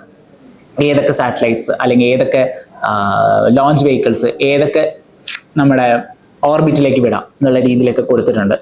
ഇവിടുന്നും കാര്യമായിട്ടുള്ള ചോദ്യങ്ങളല്ല വരുന്നത്. നമ്മൾ അറിഞ്ഞു വെക്കേണ്ടത് നമുക്ക് ഏതാണ് നമ്മുടെ പേർപ്പസ്. നമ്മളിപ്പോൾ കമ്മ്യൂണിക്കേഷൻ സാറ്റലൈറ്റ് എവിടെ വരുന്നു എന്നുള്ള രീതിയിൽ മനസ്സിലാക്കുക. അപ്പോൾ ആ കമ്മ്യൂണിക്കേഷൻ സാറ്റലൈറ്റ് നമ്മൾ വിടുമ്പോൾ ഏത് ലോഞ്ച് വെഹിക്കിൾ ഉപയോഗിക്കണം, അങ്ങനെ ആ ഒരു ഐഡിയ ആണ് മനസ്സിലാക്കി വെക്കേണ്ടത്. അതല്ലാണ്ട് ബൈ ഹാർട്ട് വെച്ചിട്ടുണ്ടെങ്കിൽ നമുക്ക് പ്രത്യേകിച്ച് ഗുണമൊന്നും ഉണ്ടാകുന്നില്ല, വെറുതെ സമയം പോവുള്ളൂ. ഓക്കെ, ഇങ്ങനെ വേണം ഈ ഒരു കേസ് മനസ്സിലാക്കി വെക്കാനും പഠിക്കാനും. ഓക്കെ, ഇനി ഇത് ഞാൻ പറഞ്ഞതുകൊണ്ട് നമുക്ക് ഇതിന്റെ ഒരു ഉപകാരം അല്ലെങ്കിൽ ഇപ്പോൾ വന്നിരിക്കുന്ന ഒരു ന്യൂസ് നമുക്ക് നോക്കാനുണ്ട്. അത് അല്ലെങ്കിൽ ഒരു കറണ്ട് അഫയേഴ്സ് റിലേറ്റഡ് ഒരു കാര്യം. ഇപ്പോഴല്ല, ഓൾറെഡി കുറെ കാലമായിട്ട് ന്യൂസിലുള്ളതാണ്. എന്നാൽ ഇത് ഭയങ്കര റെലവെന്റ് ആയി പോകുന്നത് എപ്പോഴാന്ന് വെച്ച് കഴിഞ്ഞാൽ, റീയൂസബിൾ ലോഞ്ച് വെഹിക്കിൾ ടെസ്റ്റ് ചെയ്തിരിക്കുന്നത് ഇന്ത്യ വീണ്ടും എന്ത് ചെയ്യുന്നു? ടെസ്റ്റ് ചെയ്ത് കാണിച്ചിട്ടുണ്ട്. ഇത് സക്സസ് ആണെന്നുള്ള രീതിയിലുള്ളത് ഒരു ന്യൂസ് വന്നിട്ടുണ്ട്.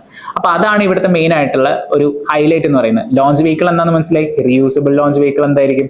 നമ്മൾ ആ വിട്ടേക്കുന്ന സാധനം വീണ്ടും തിരിച്ച് റിട്ടേൺ വരുന്നതാണ് റീയൂസബിൾ ലോഞ്ച് വെഹിക്കിൾ. അല്ലാത്ത സമയത്ത് നമ്മൾ വിട്ട് കഴിഞ്ഞാൽ എന്തായിരിക്കും? അവിടെ പോകും, പിന്നെ തിരിച്ചു വരില്ലല്ലോ. അല്ലെങ്കിൽ ഡെപ്രീസ് ആയിട്ടൊക്കെ പലപ്പോഴും പറഞ്ഞ എക്സ്പോസ് ആയിട്ടുള്ള ഏതൊക്കെ താഴെ വീണിട്ടുണ്ട്. അതല്ലാതെ അതിനെ കൊണ്ട് ഉപകാരമൊന്നുമില്ല. നമ്മൾ കടലിൽ പോയി കിടക്കാന്നല്ലാണ്ട് പസഫിക്കിൽ പോയി കിടക്കും. പക്ഷെ അത് അങ്ങനെയല്ല വേണ്ടത്. നമുക്കത് വീണ്ടും ഏതെങ്കിലും ഒരു തരത്തിലേക്ക് യൂസ് ചെയ്യാൻ പറ്റിക്കഴിഞ്ഞാൽ അത്രയും നല്ലതാണ്. അങ്ങനെയുള്ളതാണ് റീയൂസബിൾ ലോഞ്ച് വെഹിക്കിൾ എന്ന് പറയുന്നത്. പല പേരുകളിൽ അറിയപ്പെടുന്നുണ്ട്, RLV-TD എന്നൊക്കെ പറഞ്ഞിട്ട്. അതല്ലാതെ പുഷ്പക് എന്ന് പറഞ്ഞൊരു പേരിലും നമ്മൾ അറിയപ്പെടുന്നുണ്ട്. നമ്മുടെ പുഷ്പക വിമാനം എന്നുള്ള രീതിയിലാണ് ഉദ്ദേശിക്കുന്നത്. അപ്പോൾ ഇതിന്റെ ഒരു പ്രത്യേകത എന്ന് വെച്ച് കഴിഞ്ഞാൽ, ഇപ്പോൾ നമ്മുടെ SpaceX Falcon 9 ഒക്കെ വെച്ച് കമ്പയർ ചെയ്യുമ്പോൾ Falcon 9 ഒക്കെ പോയി കഴിഞ്ഞാൽ വെർട്ടിക്കലി ആണ് വരുന്നത്. ഇത് എങ്ങനെയാണെന്ന് വെച്ച് കഴിഞ്ഞാൽ ഹൊറിസോണ്ടലി, അതായത് വിങ്സ് വെച്ചിട്ട് ഇങ്ങനെ തിരിച്ചു വരും എന്നുള്ള രീതിയിലാണ്. നമുക്ക് പോയിട്ട് ഇങ്ങനെ വരുന്ന ഒരു രീതിയിൽ. ഓക്കെ, അതാണ് ഇതിന്റെ ഒരു പ്രത്യേകത. മറ്റേത് ഇങ്ങനെ പോകുന്നത്, ആ ഒരു വെർട്ടിക്കൽ മോഷനിലാണ് തിരിച്ചു വരുന്നത് ഈ Falcon 9 കേസിൽ. ഒന്ന് ജസ്റ്റ് അതൊരു കമ്പാരിസൺ പറഞ്ഞു കഴിഞ്ഞാൽ എന്നുള്ള രീതിയിൽ മാത്രമേ പറഞ്ഞിട്ടുള്ളൂ കേട്ടോ. ഞാൻ പറയുന്നൊക്കെ നോട്ട് ചെയ്ത് വെച്ചേക്കാം.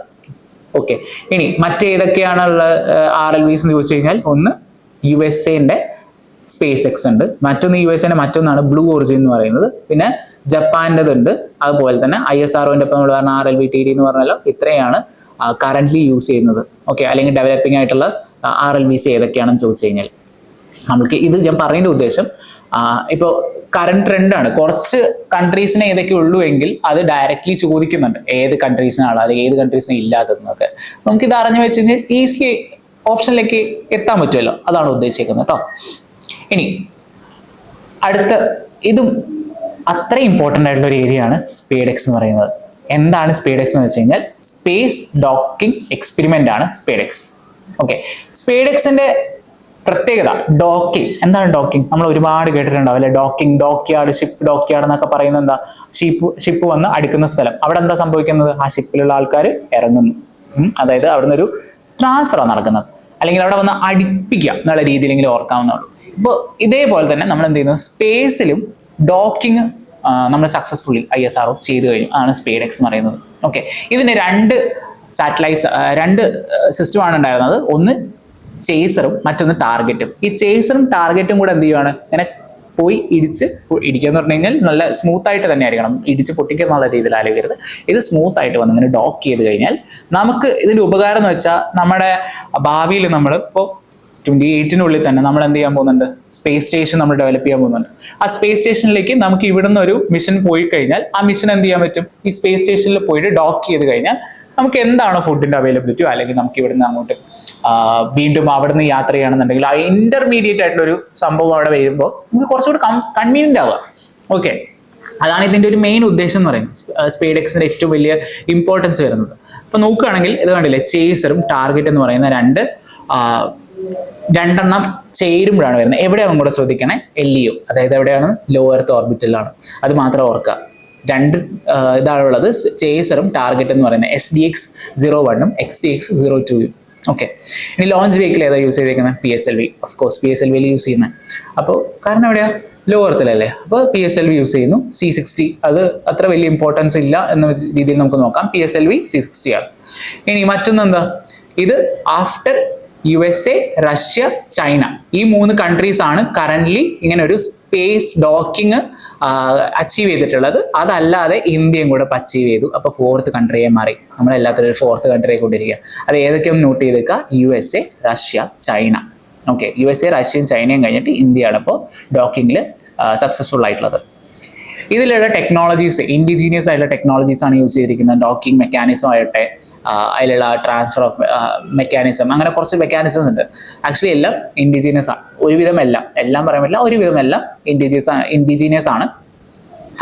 ISL എന്നൊക്കെ പറഞ്ഞിട്ട് ആക്ച്വലി ഈ പറയുന്ന മെക്കാനിസംസ് ജസ്റ്റ് ഒന്ന് വായിച്ചാൽ മതി, അതല്ലാതെ വലിയൊരു റെലവൻസ് ഇല്ല എന്നുള്ള രീതിയിൽ തന്നെ ഓർത്ത് വെച്ചാൽ മതി. ISL എന്താണ്, GNSS based novel relative orbit determination and propagation. വലിയൊരു വാക്ക്, അതെന്താണ്, RODP എന്നുള്ള രീതിയിലാണ് കൊടുത്തേക്കുന്നത്. അബ്രിവേഷൻസ് ഒന്നും വലിയത് നോക്കണ്ട, ഇതൊന്ന് ഓർത്ത് വെച്ചേക്കാം. ഇങ്ങനെ ഇൻഡിജിനിയസ് ആയിട്ട് ഡെവലപ്പ് ചെയ്തിട്ടുള്ള കാര്യമുണ്ട് എന്നുള്ള രീതിയിലൊക്കെ ഓർത്ത് വെച്ചാൽ മതി. ഇപ്പൊ മൈൽ സ്റ്റോൺ ഞാൻ ഇവിടെ കൊടുത്തിട്ടുണ്ട്. ശരിക്കും പറഞ്ഞാൽ ഇതാണിപ്പോൾ നമ്മുടെ ISROന്റെ മുന്നിലുള്ള വലിയൊരു കടമ്പ എന്ന് പറയുന്നത്. ഏറ്റവും വലിയ കടമ്പ എന്താണ്, നമ്മുടെ first astronaut to be on the moon എന്നുള്ള രീതിയിലുള്ള ഒരു പ്ലാനാണ്, വലിയൊരു പ്ലാനാണ്. അതിനനുസരിച്ചിട്ട് നമ്മളിങ്ങനെ എന്താ ഓരോ ചെറിയ മിഷൻസ് ആയിട്ട് ഇങ്ങനെ കംപ്ലീറ്റ് ചെയ്തുകൊണ്ടിരിക്കുക. അപ്പൊ കണ്ടില്ലേ, നാവിക്കിന്റെ അഡ്വാൻസ്മെന്റ്സ് കഴിഞ്ഞു. അതിനുശേഷം എന്താ വ്യോമിത്ര കേട്ടിട്ടുണ്ടാവും വിചാരിക്കുന്നു. നമ്മൾ എന്ത് ചെയ്യുന്നുണ്ട്, ഗഗൻയാൻ എന്ന് പറഞ്ഞൊരു കാര്യം നമ്മൾ ചെയ്യാൻ പോകുന്നുണ്ടല്ലോ. മാൻഡ് ആയിട്ടുള്ള വെഹിക്കിൾ, മാൻഡ് ആയിട്ടുള്ള ഒരു മിഷൻ നമ്മൾ പോകുന്നുണ്ട്. ആ മിഷൻ അതിന് മുന്നോടിയായിട്ട് നമ്മൾ എന്ത് ചെയ്യുന്നുണ്ട്, ഒരു റോബോട്ടിനെ നമ്മൾ ആദ്യം പറഞ്ഞു വിടാൻ പോകുന്നുണ്ട്. അതാണ് വ്യോമിത്ര എന്ന് പറയുന്നത്. അത് കഴിഞ്ഞാൽ എന്ത് ചെയ്യുന്നത്, ക്രൂ അല്ലെങ്കിൽ മാൻ മിഷനാണ് ഗഗൻയാൻ എന്ന് പറയുന്നത്. അതിനുശേഷം സ്പേസ് സ്റ്റേഷൻ നമ്മൾ വെക്കുന്നു. സ്പേസ് സ്റ്റേഷന് എന്ന 2035 ആണ്. ഫസ്റ്റ് ക്രൂ മിഷൻ വരുന്നത് 2026 ആണ്. അതൊന്ന് ജസ്റ്റ് ഒന്ന് കാണിക്കുന്നേ ഉള്ളൂ. ഞാൻ ISROന്റെ PIBL സൈറ്റിൽ പോയപ്പോൾ എനിക്ക് കിട്ടിയപ്പോൾ ഞാൻ അത് വെച്ചേ ഉള്ളൂ. എനിക്ക് കണ്ടപ്പോൾ ഒരു ഇൻട്രസ്റ്റിംഗ് ആയിട്ട് ഫീൽ ചെയ്തു.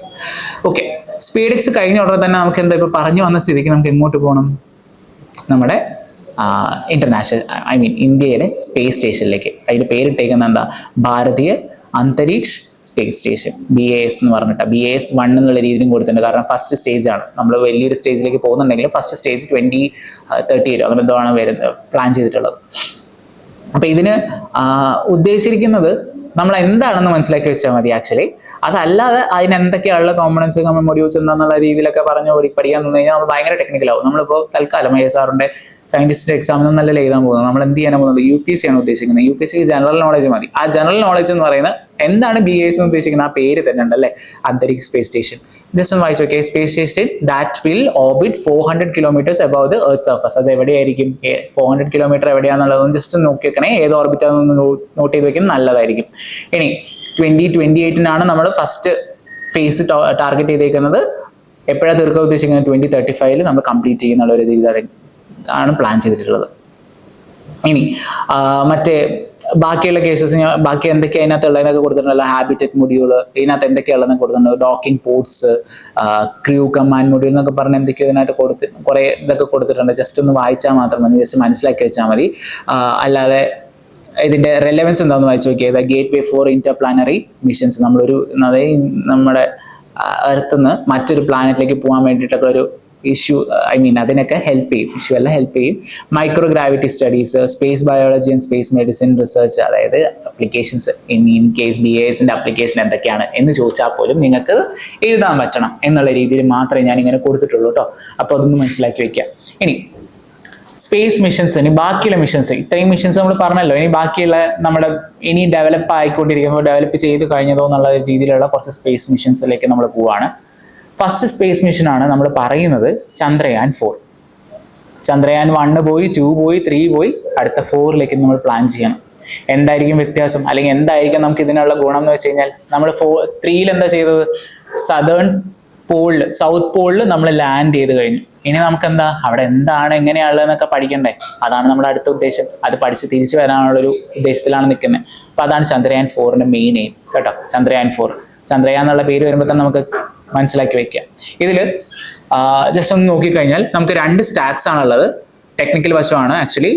വീണ്ടും ഇത് നമ്മുടെ PIB PIB എന്നല്ല, ISROന്റെ ഒരു ഭാഗത്തു നിന്ന് എടുത്തതാണ്. അത് മനസ്സിലാവും. അതുകൊണ്ട് ആ ഒരു ഇനോഗ്രേഷന്റെ സമയത്തുള്ള ഒരു സംഭവമാണ്. അതുകൊണ്ട് അങ്ങനെ ഒരു നമ്മുടെ വൈഷ്ണവജിയൊക്കെ അവിടെ കിടക്കുന്നത്. ഓക്കെ, 2 സ്റ്റാക്ക് ഉണ്ട്.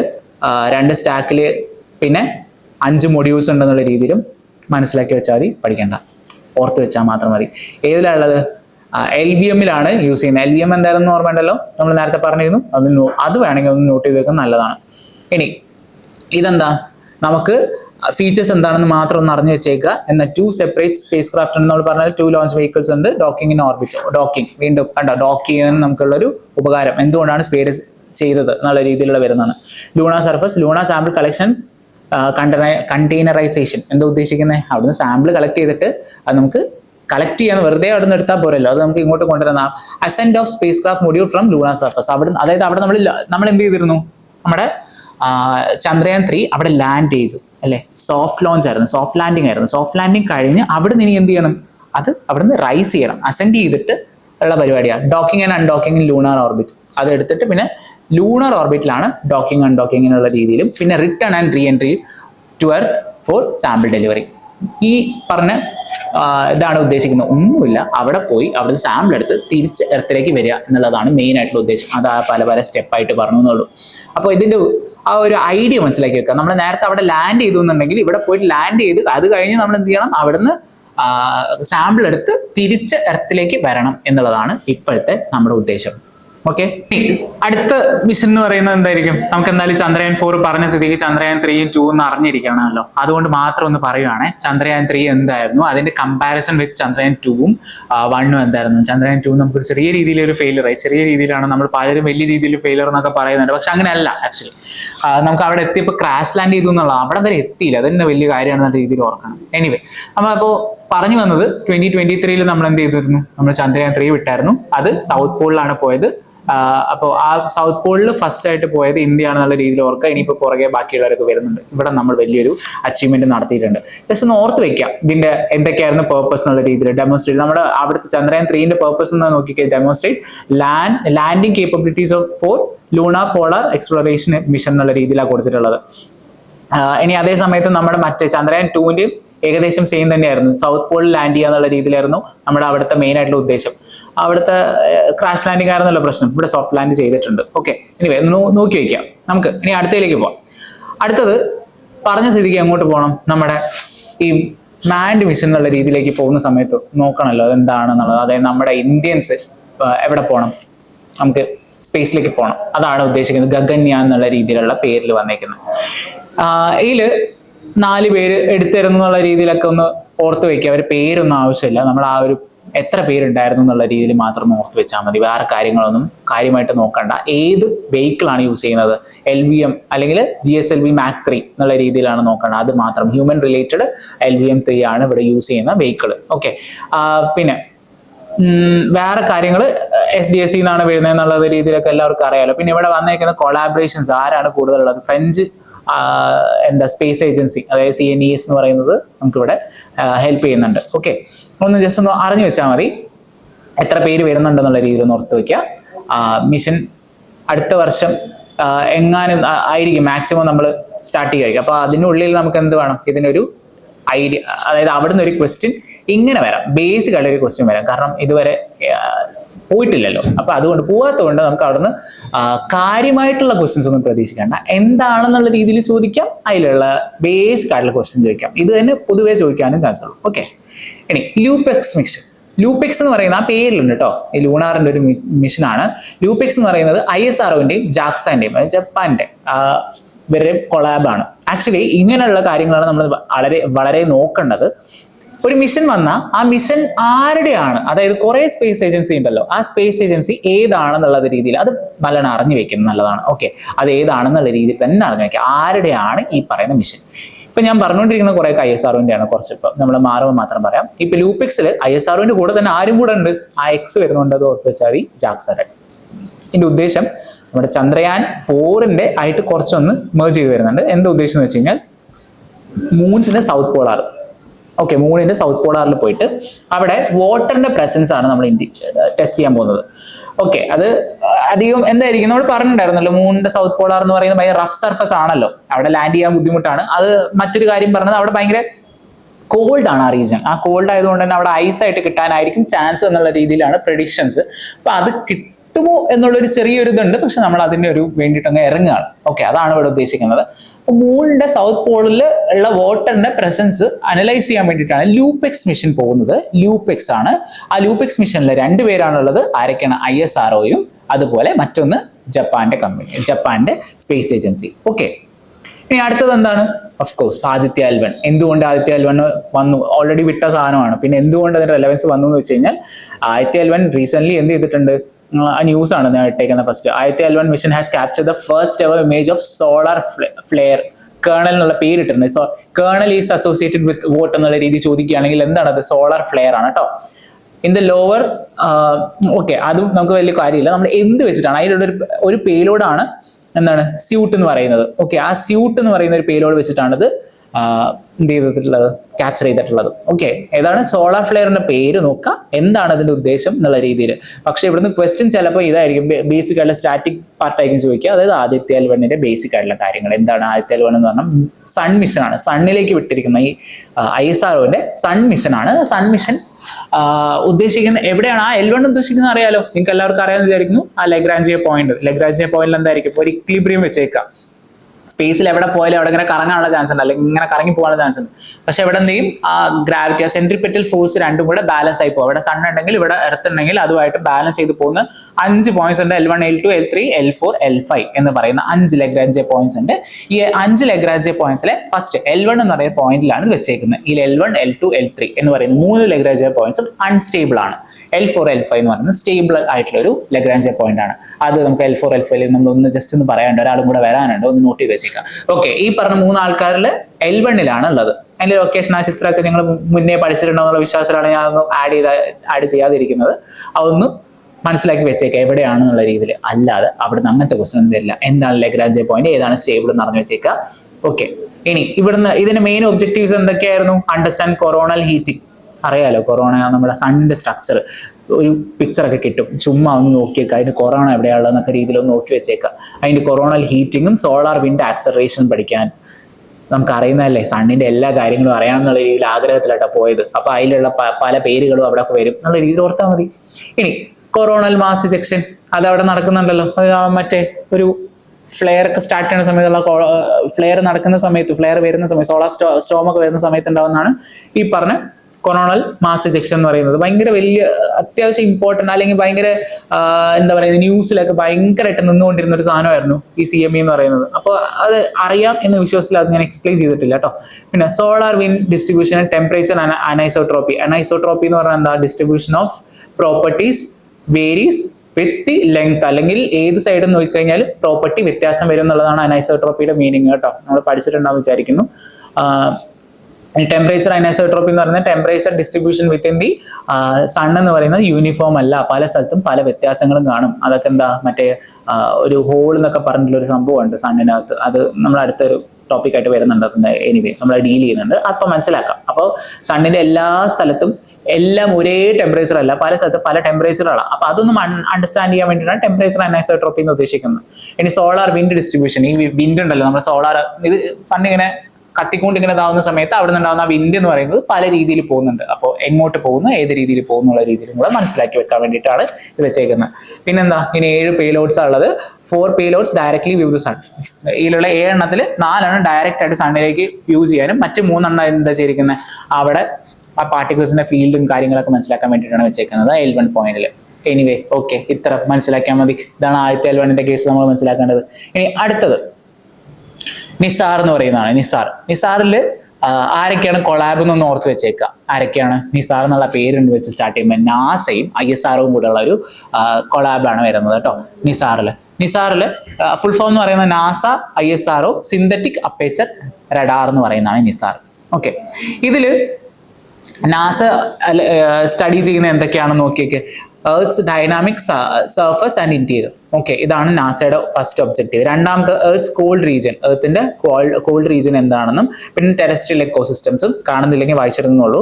അതിന് പിന്നെന്താണ്, വാട്ടർ എന്നുള്ളതാണ്. ഈ 4 എണ്ണമാണ് നാസയുടെ പ്രധാന ഉദ്ദേശം എന്ന് പറയുന്നത്. അറ്റ് ദ സെയിം ടൈം ഈ പറയുന്ന ബെനിഫിറ്റ്സ് എന്തൊക്കെയാണെന്ന് ജസ്റ്റ് ഒന്ന് വായിച്ചാൽ മതി, ബൈ ഹാർട്ട് അറിയേണ്ട ആവശ്യമൊന്നുമില്ല. നമുക്ക് ഈ നിസാറില് ഗ്ലോബിനെ കംപ്ലീറ്റ് മാപ്പ് ചെയ്യുക എന്നുള്ളതാണ് മെയിൻ ആയിട്ടുള്ള ഉദ്ദേശം. അപ്പൊ അതാണ് ഈ പറഞ്ഞ നാസയുടെ 4 ഉദ്ദേശങ്ങൾ വരുന്ന, വാട്ടറും കാര്യങ്ങളൊക്കെ വരുന്ന, എക്കോസിസ്റ്റം കാര്യങ്ങളൊക്കെ വന്നല്ലോ, അതാണ് ഉദ്ദേശിക്കുന്നത് കേട്ടോ. ലോഞ്ച് ചെയ്യുന്നത് SDSC വെച്ചിട്ടാണ്. 2024 കൊടുത്തിട്ടുണ്ട്, ഇഗ്നോർ ചെയ്താൽ മതി. ഓക്കെ, എനിവേ ഇതിൽ ഇത്രയ്ക്ക് ISRO കൊടുത്തിരിക്കുന്നത് എന്താണ്, S-ബാൻഡ് റഡാർ കൊടുത്തിട്ടുണ്ട്. നാസ L-ബാൻഡ് ആണ്.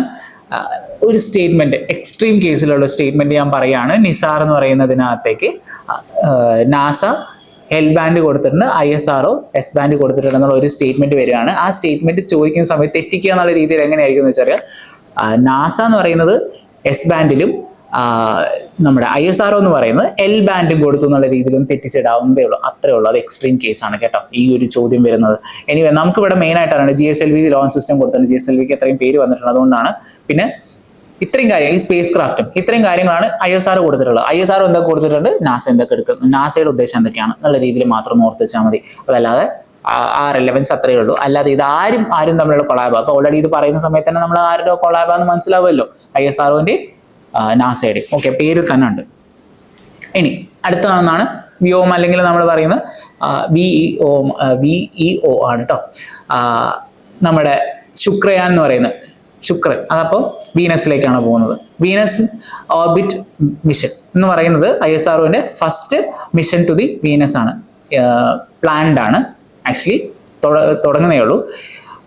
ഇതിന്റെ നമ്മളിപ്പോൾ ഇവിടെ നോട്ട് ചെയ്യേണ്ട കാര്യം എന്ന് വെച്ച് കഴിഞ്ഞാൽ, ഇത് മെയിൻ ഇവിടെ ഭയങ്കര ഒരു പ്രശ്നം എന്ന് വെച്ചാലേ, നമുക്ക് ഹോട്ടസ്റ്റ് പ്ലാനറ്റ് എന്നുള്ള രീതിയിലുള്ളതായതുകൊണ്ട് തന്നെ ഇവിടെ ഈ പറഞ്ഞ ലോഞ്ച് നടത്തുന്നത് കുറച്ച് ബുദ്ധിമുട്ടാണ്. അതുകൊണ്ട് തന്നെ ഇത് ചെയ്യുന്നത് വെച്ചാൽ അവിടെ പോയിട്ട് ആ ഒരു ഓർബിറ്റിൽ നിന്ന് പഠിക്കാനാണ് കൂടുതലായിട്ട് ഇത് ശ്രമിക്കുന്നത്. അപ്പൊ ഇവിടെ ക്വസ്റ്റ്യൻ വരുന്നത്, അത്രയും ഞാൻ എക്സ്പ്ലെയിൻ ചെയ്തിട്ടുണ്ടെങ്കിൽ ഇവിടെ ക്വസ്റ്റ്യൻ വരുന്നത് ശുക്രയാൻ എന്തിനെ റിലേറ്റ് ചെയ്യുന്നു എന്നുള്ളത് ഡയറക്റ്റ്ലി ആക്ച്വലി പെട്ടെന്ന് ക്വസ്റ്റ്യൻ ആൻസർ ചെയ്യാൻ പറ്റുന്ന ഒരു കാര്യമാണ്. പിന്നെ ഏത് റോക്കറ്റ് സിസ്റ്റം ആണ് യൂസ് ചെയ്യുന്നത്, GSLV Mach 2 ആണ് കേട്ടോ. അതൊന്ന് നോട്ട് ചെയ്ത് വെച്ചാൽ മതി. പിന്നെ ഓക്കെ, അത്രയും നമ്മൾ നോക്കിയാൽ മതി. ആ GSLVയുടെ കേസ് മാത്രം നോക്കിയാൽ മതി. ഇനി ടെമ്പറേച്ചർ ഹൈ ആണ്. ഇനി വീനസിന്റെ കേസ് ചിലപ്പോൾ ചോദിച്ചേക്കട്ടെ, അതിൻ്റെ ബേസിക്കലി എന്താണ് വീനസ് എന്നുള്ള രീതി, വീനസിന്റെ ആ ഒരു പ്രത്യേകത ഷൈനിങ് ആണ്, മേ ബി കേട്ടോ. ഇതൊക്കെ ആ ഒരു ഇതിൽ പറയാം, എക്സ്ട്രീം കേസിൽ പറയാം, കാരണം അത് ഭയങ്കര ബേസിക് ആയിട്ടുള്ള ക്വസ്റ്റൻ ആയിരിക്കും, ഭയങ്കര ബേസിക്, അത്രയും ബേസിക് ചോദിക്കാൻ ചാൻസ് ഇല്ല. ഓക്കെ, ഇതാണ് വീനസിന്റെ കേസിൽ പറയാം, ശുക്രയാൻ എന്ന് പറയുന്നത്. ഇനി മറ്റൊന്ന്, ഇതാണ് ശരിക്കും ക്വസ്റ്റ്യൻ വരാനുള്ള ഏരിയ എന്ന് പറയുന്നത്. അതായത് ഇതുവരെ എത്രയൊക്കെ മിഷൻസ് ഉണ്ടായിരുന്നു വീനസിലേക്ക് നിന്ന്. ഓക്കെ, ഒന്ന് കൺട്രീസ് പഠിച്ചു വെച്ചാൽ ഫസ്റ്റ് നമ്മൾ നോക്കേണ്ടത് കൺട്രീസ് ആണ്, ഏതൊക്കെ കൺട്രീസ് പോയിട്ടുണ്ട് എന്നുള്ളത് നോട്ട് ചെയ്യണ 3 ആൾക്കാരാണ്. USSR പിന്നെ ജപ്പാൻ, 3 ആൾക്കാരാണ് കേട്ടോ. അതിൽ US തന്നെ 2 തവണ പോയിട്ടുണ്ട്. 1962 US പോയിട്ടുണ്ട്, അതൊന്ന് ഓർക്കണം. ഓക്കെ, ഫസ്റ്റ് മെറൈനർ 2 എന്ന് പറയുന്നതും മെഗലൻ എന്ന് പറയുന്നതും US-ന്റെ ആണ്. വെനേറ 7 എന്ന് പറയുന്നത് സോവിയറ്റ് യൂണിയന്റെ ആണ്. പിന്നെ അക്കാത്സുക്കി എന്ന് പറയുന്നത് ജപ്പാന്റെ ആണ്. അപ്പൊ ഞാൻ ഇവിടെ പഠിക്കാൻ തന്നിട്ടുണ്ടെങ്കിൽ, ഇത്രയും തന്നിട്ടുണ്ടെങ്കിലും പഠിക്കേണ്ടതെന്ന് വെച്ച് കഴിഞ്ഞാൽ നമുക്ക് ബേസിക്കലി അറിയേണ്ടത് ഏതൊക്കെ കൺട്രീസ് ആണ്, ആ കൺട്രീസ് ആണ് ഫസ്റ്റ് അറിയേണ്ടത്, ഏതൊക്കെ കൺട്രീസ് ആണെന്ന്. ഇയർ ഒന്നും പഠിക്കേണ്ട ആവശ്യമില്ല. ഇനി പറ്റുമെങ്കിൽ എക്സ്ട്രാ ഒരു അഡീഷൻ എന്നുള്ള രീതിയിൽ മനസ്സിലാക്കേണ്ടത് ഈ കൺട്രീസിനൊക്കെ മിഷൻസ് ഏതൊക്കെയാണെന്നുള്ള രീതിയിലും മനസ്സിലാക്കി വെക്കാം. ഓക്കെ, അവരുടെ ഹൈലൈറ്റ്സ് ഏതൊക്കെയാണെന്നുള്ളത് ഞാൻ കൊടുത്തു എന്നുള്ളൂ, ഒന്ന് വായിച്ചു നോക്കിയാൽ മതി, പഠിച്ചു വെക്കേണ്ട ആവശ്യമില്ല. ഇനി ഫ്യൂച്ചർ മിഷൻസ് ഏതൊക്കെയാണെന്ന് നോക്കിക്കഴിഞ്ഞാൽ നാസയുടെ ഇനിയുണ്ട്, നാസ വീണ്ടും പോകുന്നുണ്ട്. എങ്ങോട്ടാണ്? ഡാവിൻസി എന്ന് പറയുന്നത്, പിന്നെ വീനസ് ഫ്ലൈ ബൈ, പിന്നെ പ്രോബ്, പിന്നെ വെരിത്താസ്, പിന്നെ എൻവിഷൻ എന്നൊക്കെ പറയുന്ന കുറച്ച് പ്ലാൻഡ് ആയിട്ടുള്ള കാര്യങ്ങളൊക്കെ പോകുന്നുണ്ട്. എനിവേ, ഈ ഡാവിൻസി എന്ന് പറയുന്നത് Venus fly by and probe എന്ന് പറയുന്ന ഒറ്റ ഒരാളുടേതാണ് കേട്ടോ. പിന്നെ വെരിത്താസ് എന്ന് പറയുന്നതും അതുപോലെ തന്നെയാണ്, ഓർബിറ്റർ അവരൊക്കെ തന്നെ വരുന്നത്. എൻവിഷൻ എന്ന് പറയുന്ന ആരുടെ? ESAന്റെ ആണ്. അപ്പൊ ഈ 2 ഇനി വരുന്ന മിഷൻ, 2 ആൾക്കാരുടെ മിഷൻസ് ആണ് ഫ്യൂച്ചറിൽ വെച്ചേക്കുന്നത്. കൂടെ ISROന്റെ നമ്മുടെ ശുക്രയാൻ എന്ന് പറയുന്നത്, ശുക്രയാൻ 1 എന്ന് പറയുന്നത്. ഓക്കെ, ഇതാണ് ഇവിടെ വരുന്ന വീനസിന്റെ കേസ്. ഇനി മിഷൻ സ്കോട്ട് എന്നാണ്. സ്കോട്ടിന്റെ full form space camera for object tracking എന്ന് പറയുന്നത്. ഇത് കുറച്ചൊന്ന് ഇമ്പോർട്ടൻ്റ് ആണ്. റീസൺ എന്താണെന്ന് ഞാൻ പറഞ്ഞുതരാം. അപ്പോൾ SCOT is Digantara's inaugural mission dedicated to space surveillance, സ്പേസിന് കണ്ടിന്യൂസ് ആയിട്ട് സർവേ ചെയ്യുക എന്നുള്ളതാണ്, സർവേലൻസിൽ വെക്കുക എന്നുള്ളതാണ് ഇവരുടെ ഒരു ഉദ്ദേശം. ദിഗന്തര എന്താണെന്ന് നോക്കിയേ, ആ ദിഗന്തര എന്ന് പറയുന്നത് an ഇന്ത്യൻ സ്പേസ് സ്റ്റാർട്ടപ്പ് ആണ്. അതാണ് ഞാൻ പറഞ്ഞത് ഇമ്പോർട്ടൻ്റ് ആണെന്നുള്ള രീതിയിൽ. ആ ഇന്ത്യൻ സ്റ്റാർട്ടപ്പ് എന്ന് പറയുമ്പോൾ തന്നെ നമ്മളൊന്ന് ഓർക്കണം, എന്താണ് ഇത്ര ഇമ്പോർട്ടൻ്റ് എന്ന് വെച്ച് കഴിഞ്ഞാൽ സ്പേസ് സ്റ്റാർട്ടപ്പ് അല്ലേ തുടങ്ങുന്നത്, അത് ഭയങ്കര വലിയൊരു കാര്യമാണ്. ഓക്കെ, അതുകൊണ്ടാണ് ഇത് പറഞ്ഞത്. ദിഗന്തര എന്താണെന്ന് വേണമെങ്കിൽ ചോദിക്കുക, ദിഗന്തര ഈസ് അസോസിയേറ്റഡ് വിത്ത് എന്നുള്ള രീതിയിൽ വേണമെങ്കിൽ ചോദിക്കാവുന്നുള്ളൂ. എന്താണ്? ഇന്ത്യൻ സ്പേസ് സ്റ്റാർട്ടപ്പ് ആണ് കേട്ടോ. ഇനി world's first commercial space situational awareness satellites, SSA, അത് എന്താണെന്ന് വെറുതെ ഒന്ന് വായിച്ചു വെക്കണം, നല്ലതാണ്. സ്പേസ് സിറ്റുവേഷൻസ് അവയർനെസ് എന്നുള്ള രീതിയിൽ സാറ്റലൈറ്റ്സ് എന്ന് പറയുന്നത് എന്താണെന്ന്. ഇനി ലോഞ്ച് അബോട്ട് SpaceX വെച്ചിട്ടാണ് ലോഞ്ച് ചെയ്തിട്ടുള്ളത്. പിന്നെ സൺ സിങ്ക്രണസ് ഓർബിറ്റിലാണ്. സൺ സിങ്ക്രണസ്, അപ്പൊ എവിടെ ഉണ്ടാവുന്ന രീതിയിൽ ഓർത്ത് വെച്ചേക്കാം. സൺ സിങ്ക്രണസ് ഓർബിറ്റ് എന്താണ്? നമ്മൾ ജിയോ സിങ്ക്രണസ് എന്താന്ന് പറഞ്ഞ സ്ഥിതിക്ക് സൺ സിങ്ക്രണസ് എന്താണെന്ന് അറിയണ്ടേ? Okay, allowing to track objects in the low earth orbit. Low earth ഓർബിറ്റിൽ കറങ്ങുന്ന സാധനങ്ങളെ നോക്കാനാണ് ഇവിടെ വെച്ചേക്കുന്നത്. ഇനി ആദിത്യ ബിർളയുടെ വെഞ്ചറും സിഡ്ബിയും കൂടെ ഇതിൽ പങ്കാളികളാണ് എന്നുള്ള രീതിയിൽ. ആക്ച്വലി നേവി ഇങ്ങനെ ഒരു കൊടുത്തേക്കാം എന്നുള്ളതേ ഉള്ളൂ. പക്ഷെ നമുക്ക് ഇവിടെ യൂസ് ചെയ്യുന്നത് സ്കോട്ടിന്റെ ദിഗന്തര എന്നുള്ള രീതിയിലും continuous capturing of low earth orbit എന്നുള്ള രീതിയിലും ഒക്കെ ഒന്ന് നോട്ട് ചെയ്ത് വെക്കുന്നതാണ് ഇവർ യൂസ് ചെയ്യുന്നത്. ഓക്കെ, ഇനി എക്സ്പോസാറ്റ് ആക്ച്വലി ഭയങ്കര കഴിഞ്ഞ കൊല്ലം വിട്ടതാണ് എക്സ്പോസാറ്റ്. അത് എൻ്റെ ഒരു അറിവ് ശരിയാണെങ്കിൽ ആ എക്സ്പോസാറ്റിന്റെ റോക്കറ്റ് ആ ലോഞ്ച് ചെയ്ത് അതിന്റെ പണിയും കഴിഞ്ഞ് അത് തിരിച്ച് സ്പെസിഫിക്കലി വീണു എന്നുള്ള രീതിയിലാണ് ഞാൻ എൻ്റെ ഓർമ്മ ശരിയാണെങ്കിൽ, അല്ലെങ്കിൽ ഒന്ന് കറക്റ്റ് ചെയ്തേക്കുക. എനിവേ, എക്സ്പോസാറ്റ് എന്ന് പറയുന്നത് ISROന്റെ തന്നെയാണ്. വീണ്ടും inaugural scientific satellites solely dedicated to space based polarisation measurement of X-ray missions from celestial sources. ഈ ആക്ച്വലി ഫിസിക്സും അല്ലെങ്കിൽ സയൻസ് ബാക്ക്ഗ്രൗണ്ട് ഉള്ളവർക്ക് കുറച്ചും കൂടെ മനസ്സിലാവുന്ന ഒരു കാര്യമാണ് പൊളാരിമെട്രി എന്താണെന്നുള്ളത്. അറിയാത്തവരാണെങ്കിൽ മാത്രം ഞാൻ പറയാം. പൊളാരിമെട്രി എന്ന് ഉദ്ദേശിക്കുന്നത് ബേസിക്കലി ഇത്രയേ ഉള്ളൂ, നമ്മൾ പോളറൈസ്ഡ് ആയിട്ടുള്ള ലൈറ്റ്, ആക്ച്വലി ലൈറ്റ് എന്ന് പറയുന്നത് എല്ലാ ഡയറക്ഷനിലോട്ട് പോകുന്നതാണ്. അതിന് പകരം ആ ലൈറ്റ് നമ്മൾ എന്ത് ചെയ്യാണ്, എല്ലാത്തിനെയും ഒരേ സൈഡിലേക്ക് മാത്രം ഓറിയന്റ് ചെയ്യാണ്. എക്സ്ക്യൂസ് മീ, ഇപ്പം മനസ്സിലാവുന്നില്ലെങ്കിൽ കുഴപ്പമില്ല, അത് ജസ്റ്റ് ഒന്ന് ഓർത്ത് വെച്ചാൽ മതി. പൊളാരിമെട്രി എന്ന് പറയുന്നത് എല്ലാ ലൈറ്റിനെ നമ്മളെല്ലാം ഒറ്റ ഡയറക്ഷനിലേക്ക് കൊണ്ടുവന്നിട്ട് ആ ലൈറ്റ് ഉപയോഗിച്ചിട്ട് നമ്മൾ എന്ത് ചെയ്യാണ്, മെറ്റീരിയൽസിനെ അനലൈസ് ചെയ്യാണ്. അതാണ് ഉദ്ദേശിക്കുന്നത്. ആക്ച്വലി ഇനി കുറച്ചും കൂടെ സിമ്പിൾ ആയിട്ട് പറയുകയാണെങ്കിൽ നമുക്ക് ക്രിസ്റ്റൽസ് അല്ലെങ്കിൽ സോളിഡ് ആയിട്ട് ക്രിസ്റ്റൽസിനെ അനലൈസ് ചെയ്യാൻ ഈ എക്സ്റേ പാസ് ചെയ്ത് കഴിഞ്ഞാൽ, എക്സ്റേസിനെ പാസ് ചെയ്ത് കഴിഞ്ഞാൽ ആ ക്രിസ്റ്റലിന്റെ ഏതാണ് ക്രിസ്റ്റൽ എന്ന് വരെ കണ്ടുപിടിക്കാനുള്ള ഒരു ടെക്നോളജി ഉണ്ട്. ഓക്കെ, അതാണ് എക്സ്റേ ഡിഫ്രാക്ഷൻ മെത്തേഡ് എന്നൊക്കെ പറഞ്ഞിട്ട് നമ്മൾ പറയാറ്. ഓക്കെ, പൊളാരിമെട്രി എന്ന് പറയുന്നത്, എക്സ്റേ പൊളാരിമെട്രി എന്ന് പറയുന്ന ഒരു മെത്തേഡ് ഉണ്ട്. ആ മെത്തേഡ് വെച്ചിട്ട് നമ്മൾ സെലസ്ഷ്യൽ ബോഡീസിനെ അനലൈസ് ചെയ്യാനാണ് ഈ പറഞ്ഞ എക്സ്പോസാറ്റ് ഉപയോഗിക്കുന്നത്. എക്സ്റേ പൊളാരിമെട്രി സാറ്റലൈറ്റ് എന്നാണ് ഉദ്ദേശിക്കുന്നത്. ഓക്കെ, ഇത് യൂസ് ചെയ്തിരുന്ന ഏത് ലോഞ്ച് വെഹിക്കിൾ ആണ് യൂസ് ചെയ്ത് വെച്ച് കഴിഞ്ഞാൽ PSLV ആണ് വെച്ചിട്ടുള്ളത്. 2 പേലോഡ്സ് ഉണ്ട്, പോളിക്സും എക്സസ്പെക്ട് എന്ന് പറയുന്ന 2 പേലോഡ്സും. വീണ്ടും ഇന്ത്യയുടെ ഫസ്റ്റും വേൾഡിലെ സെക്കൻഡ് പൊളാരിമെട്രി മിഷൻ ആണ്. അപ്പൊ ആരായിരിക്കും ഫസ്റ്റ്? ഓഫ് കോഴ്സ് നാസയുടെ ആണല്ലോ, അതൊന്ന് ഓർത്താൽ മതി. അപ്പോൾ second polarimetry mission India second ആണ്. മറ്റാരായിരുന്നു? US ആണ്, അല്ലെങ്കിൽ നാസയുടെ ആണ്. India third space based observatory ആണ് കേട്ടോ. ഇന്ത്യയുടെ തേർഡ് ആണ്. അതിന് മുന്നേ ഏതൊക്കെ വിട്ടിരിക്കുന്നത്? നമ്മുടെ ആദ്യത്തെ L1 ഉണ്ട്, ആസ്ട്രോസാറ്റും ഉണ്ട്. വേണമെങ്കിൽ എക്സ്പോസാറ്റ് എന്ന് പറയുന്നത് ഫസ്റ്റ് ആണെന്ന് കൊടുത്തു കഴിഞ്ഞാൽ നമുക്ക് പോകാലോ. തെറ്റിക്കുക, മീൻ ആ സ്റ്റേറ്റ്മെന്റ് തെറ്റായിട്ട് എടുക്കാൻ പറ്റണം എന്നുള്ള രീതിയിൽ മാത്രമേ ഞാൻ അത് പറഞ്ഞുള്ളൂ. മറ്റു രീതിയിലൊന്നും എടുക്കണമെന്നില്ല, അറിഞ്ഞു വെക്കുക എന്നുള്ള രീതിയിലാണ്. PSLV ആണ്. എന്താണ് ഉദ്ദേശം?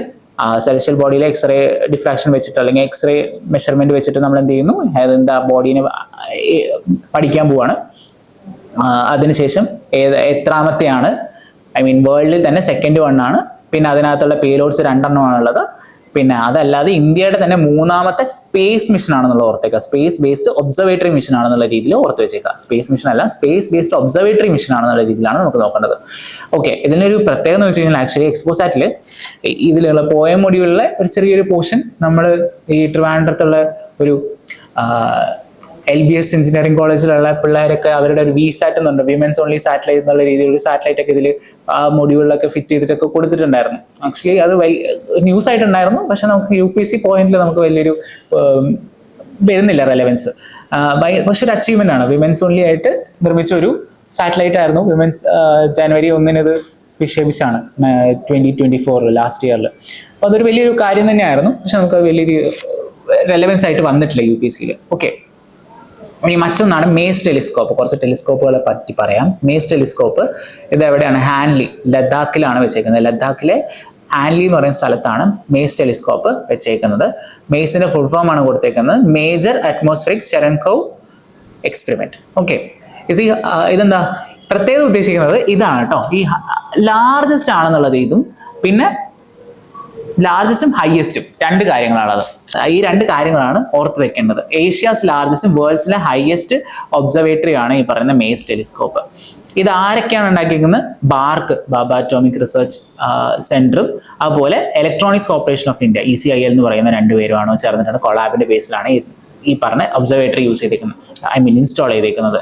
ഇനി ഇതെന്തിനാണെന്ന് ജസ്റ്റ് നോക്കാം. മേസ് ടെലിസ്കോപ്പിൽ observe high energy gamma rays contributing to global efforts to understand the most energetic phenomena in the universe such as supernovae, black hole, gamma ray ബസ്. ഒന്നുമില്ല, മുകളിലുള്ള കാര്യങ്ങളൊക്കെ ഒന്ന് ഒബ്സർവ് ചെയ്യുക എന്നുള്ളതാണ് ഉദ്ദേശിക്കുന്നത്. സ്പേസിലെ കാര്യങ്ങളൊക്കെ ഒബ്സർവ് ചെയ്യാനായിട്ട് വെച്ചേക്കുന്നത് എന്നുള്ള രീതിയിലാണ് ഓർത്ത് വെക്കേണ്ടത്. അപ്പോൾ ഈ പറഞ്ഞ മേസ് ടെലിസ്കോപ്പ് എവിടെയാണെന്നും അല്ലെങ്കിൽ ഹാൻലി എന്ന് പറയുന്ന ഒരു ലൊക്കേഷൻ വരുന്നത് സ്ഥിതിക്കും അത് എവിടെയാണ് ആ പേര് കേൾക്കുമ്പോൾ ചിലപ്പോൾ ഫസ്റ്റ് ടൈമേഴ്സ് കേൾക്കുന്നവർക്ക് പലർക്കും ഇത് വേറെ എവിടെയോ ഇന്ത്യയുടെ പുറത്താണെന്നുള്ള രീതിയിലൊക്കെ ചിന്തിക്കാറുണ്ട്. പക്ഷെ അല്ല, ലഡാക്കിലാണ് എന്നുള്ള രീതിയിൽ മാത്രം ഓർത്ത് വെച്ചാൽ മതി.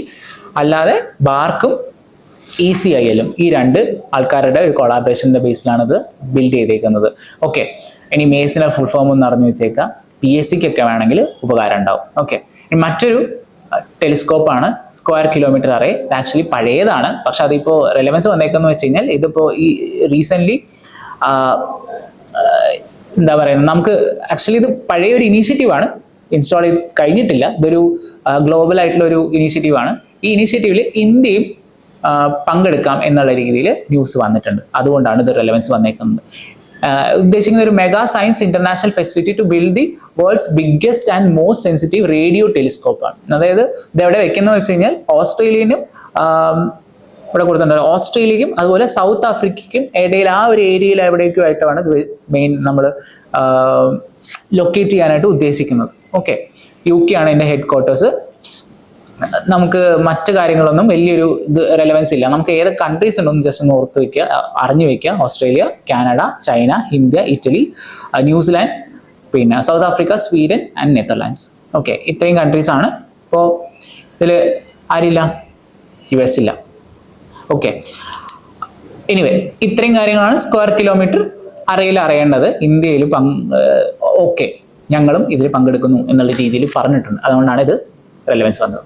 ഇനി മറ്റൊന്ന്, നാസയുടെ പഞ്ച് മിഷൻ വെച്ച് നമുക്ക് സ്റ്റാർട്ട് ചെയ്യാം.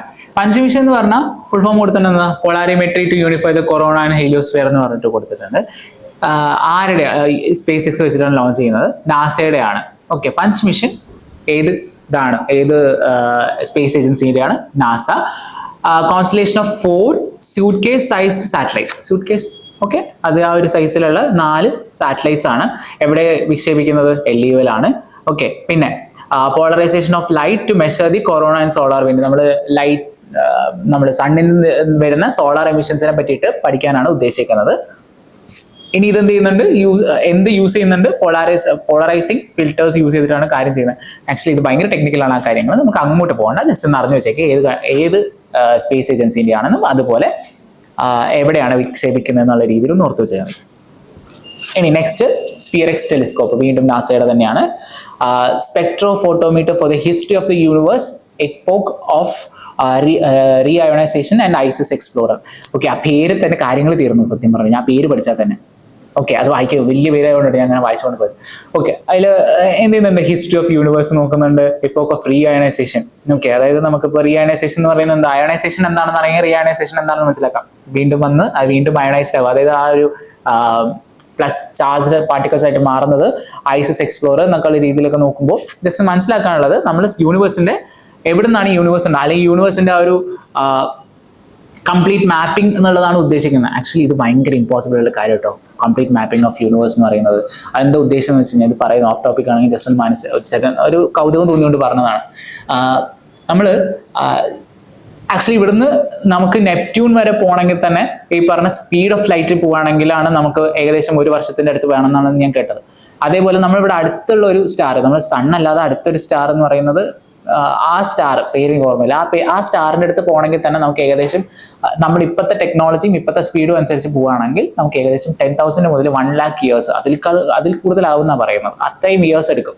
അപ്പോൾ ഒരു സ്റ്റാറിലേക്ക് എടുത്ത്, അതായത് തൊട്ടടുത്തുള്ള സ്റ്റാർ, സൺ അല്ലാതെ മറ്റൊരു സ്റ്റാറിലേക്ക് പോകണമെങ്കിൽ. ഇത് നമ്മുടെ അതേ മിൽക്കി വേയിലുള്ളത്. ഇതുപോലെ എത്ര മിൽക്കി വേസ് ഉണ്ട്, എത്ര സ്റ്റാറുകൾ ഉണ്ടെന്ന് ഓർത്ത് നോക്കി. അതൊക്കെ ഇരുന്ന് പഠിക്കുക എന്ന് പറഞ്ഞു കഴിഞ്ഞാൽ അത്ര പോസിബിൾ ഒന്നല്ല ഇപ്പോഴത്തെ ടെക്നോളജി വെച്ച് നോക്കുകയാണെങ്കിൽ. നമുക്ക് ഈ സ്പീഡ് ഓഫ് ലൈറ്റ് അച്ചീവ് ചെയ്യാൻ പറ്റിയാൽ തന്നെ നമുക്ക് ഭയങ്കര ബുദ്ധിമുട്ട്, ഇത്ര ഒന്നും എത്തില്ല എന്നുള്ളതാണ് ആസ് ഓഫ് നൗ നമുക്ക് പറ്റാത്തൊരു കാര്യമാണ്. അതുകൊണ്ട് യൂണിവേഴ്സിന്റെ കംപ്ലീറ്റ് ആയിട്ടുള്ള എക്സ്പ്ലോറേഷൻ ഒന്നുമല്ല, നമുക്ക് യൂണിവേഴ്സിന്റെ ഒരു സ്റ്റഡി ചെയ്യാം, എങ്ങനെയാണ് യൂണിവേഴ്സ് ഉണ്ടായെന്നാണ് ശരിക്കും ഉദ്ദേശിക്കുന്നത്. എനിവേ, കോസ്മിക് ഇൻഫ്ലേഷൻ ആണ് ഇത് മെയിൻ ആയിട്ട് അനലൈസ് ചെയ്യാൻ പോകുന്നത്. നമ്മൾ പഠിച്ചിട്ടുണ്ടാവും കോസ്മിക് എക്സ്പാൻഷൻ, അതായത് മറ്റേ എക്സ്പാൻഷൻ തിയറി ഉണ്ടല്ലോ നമ്മുടെ യൂണിവേഴ്സിന്റെ ബിൽഡിങ്ങിന്റെ കേസിൽ. നമ്മുടെ യൂണിവേഴ്സ് ഇസ് കണ്ടിന്യൂസ്ലി എക്സ്പാൻഡിങ്, അതിൽ ഇത്ര പെർസെൻറ്റേജ് എന്താ മാറ്റർ ഉള്ളൂ, അത് കഴിഞ്ഞാൽ കംപ്ലീറ്റ് ആന്റി മാറ്റർ ആണ് എന്നുള്ള രീതിയിലൊക്കെ നമ്മൾ കുറെ പറയാറുണ്ടല്ലോ. ആ കേസിൽ ഈ കോസ്മിക് ഇൻഫ്ലേഷൻ എന്ന് പറയുന്നത് ഇൻഫ്ലേഷൻ ആണല്ലോ, ഇങ്ങനെ കൂടിക്കൊണ്ടിരിക്കുക, ആ കോസ്മിക് ആയിട്ടുള്ള എനർജി കൂടിക്കൊണ്ടിരിക്കുകയാണ്. ആ കൂടി വരുന്നത് അനലൈസ് ചെയ്തുകൊണ്ട് എത്ര ഇത് കിട്ടും എന്നുള്ള രീതി, അതായത് എത്ര കാലമായി എന്നുള്ള രീതിയിലൊക്കെ മനസ്സിലാക്കാനാണ് ഉദ്ദേശിക്കുന്നത് കേട്ടോ. Formation of the universe, growth of all galaxy across cosmic history and hypothetically actually. പിന്നെ location of water and life forming molecules in the Milky Way galaxy, മറ്റെവിടെയെങ്കിലും ലൈഫ് ഫോംസ് ഉണ്ടോ എന്നുള്ള രീതിയിൽ അന്വേഷിച്ച് പോവാണ്. ഓക്കെ, അതുപോലെ 3D position of about 450 million galaxies, ഇതാണ് ഉദ്ദേശം. എനിവേ, അതൊന്ന് ഇത് മനസ്സിലാക്കി വെച്ചാൽ മതി. പിന്നെ ഇത് നമ്മുടെ ജെയിംസ് വെബ് ടെലിസ്കോപ്പും ഹബിൾ ടെലിസ്കോപ്പും സഹായത്തോടു കൂടിയാണ് ഇത് വർക്ക് ചെയ്യാനും പോകുന്നത്. ഓക്കെ, 3 എണ്ണം കൂടെ ചേർന്നിട്ടാണ് ഈ പരിപാടികൾ മുഴുവൻ കാണിച്ചു കൂട്ടാൻ പോകുന്നത് നമ്മൾ മനസ്സിലാക്കി വെക്കുക. എനിവേ, ഇത് ആരുടെയാണെന്ന് മനസ്സിലാക്കുക. ഇതിന്റെ ഉദ്ദേശം നമുക്ക് സിമ്പിൾ ആയിട്ട് മനസ്സിലാക്കാവുന്നതല്ലേ ഉള്ളൂ, അപ്പൊ അത്ര മതി കേട്ടോ. ഇനി അടുത്തത് യൂറോപ്പ ക്ലിപ്പർ. യൂറോപ്പ എന്ന് പറഞ്ഞാൽ യൂറോപ്പിന്റെ ആണെന്നുള്ള രീതിയിൽ ആലോചിക്കരുത്, നാസയുടെ ആണ്. ഓക്കെ, അല്ലെങ്കിൽ ESAയുടെ ആണെന്ന് ആലോചിക്കരുത്, നാസയുടെ ആണ്. യൂറോപ്പ എന്താണെന്ന് അറിയാമെന്ന് വിചാരിക്കുന്നല്ലോ, നമ്മുടെ ജുപ്പിറ്ററിന്റെ ഒരു മൂൺ അല്ലെങ്കിൽ അതിന്റെ ഒരു നാച്ചുറൽ സാറ്റലൈറ്റ് ആണ് യൂറോപ്പ എന്ന് പറയുന്നത്. അത് ആക്ച്വലി ഒരു IC സാറ്റലൈറ്റ് ആണ്. അവിടെ വാട്ടറിന്റെ കണ്ടന്റ് ഉണ്ടെന്നുള്ള രീതിയിലും അവിടെ ഹ്യൂമൻ ഹാബിറ്റേഷൻ പോസിബിൾ ആണോ എന്നറിയാൻ വേണ്ടിയിട്ടാണ് ഇത് ഉദ്ദേശിക്കുന്നത് കേട്ടോ. അതേപോലെ ഓക്കെ, ജസ്റ്റ് നോക്കാം. First NASA spacecraft dedicated to study an ocean world beyond earth. Okay, ocean world beyond earth, earth അല്ലാതെ മറ്റൊരു ഓഷ്യൻ വേൾഡിലേക്ക് പോവാണ്. Find out if the ice in case moon Europa could be habitable. ഞാൻ പറഞ്ഞല്ലോ, നമുക്ക് അവിടെ യോഗ്യമാണോ എന്ന് അറിയാൻ വേണ്ടിയിട്ടാണ് പോകുന്നത്. ഇനി ഇതാണ് നാസയുടെ ഏറ്റവും വലിയ സ്പേസ് ക്രാഫ്റ്റ്. അങ്ങോട്ട് പോകുന്ന ഈ സ്പേസ് ക്രാഫ്റ്റ്, അതായത് യൂറോപ്പ ക്ലിപ്പർ എന്ന് പറയുന്ന ആളാണ് ഏറ്റവും വലുത് ഇതുവരെ ഉള്ളതിൽ. Develop for a planetary mission. Okay, Europe എന്താണെന്നുള്ള രീതിയിൽ ഓർത്ത് വയ്ക്കുക. ഇവിടെ പഠിക്കാനുള്ളതാണ് പറയുന്നത്. യൂറോപ്പ് എന്താണെന്ന് മനസ്സിലാക്കുക, നാസയാണ് ഇത് വിടുന്നതെന്ന് മനസ്സിലാക്കുക, അതുപോലെ എന്തിനാണ് പോകുന്നതെന്നുള്ള രീതിയിൽ മനസ്സിലാക്കുക. സിമ്പിൾ അല്ലേ ഈ കാര്യങ്ങളൊക്കെ?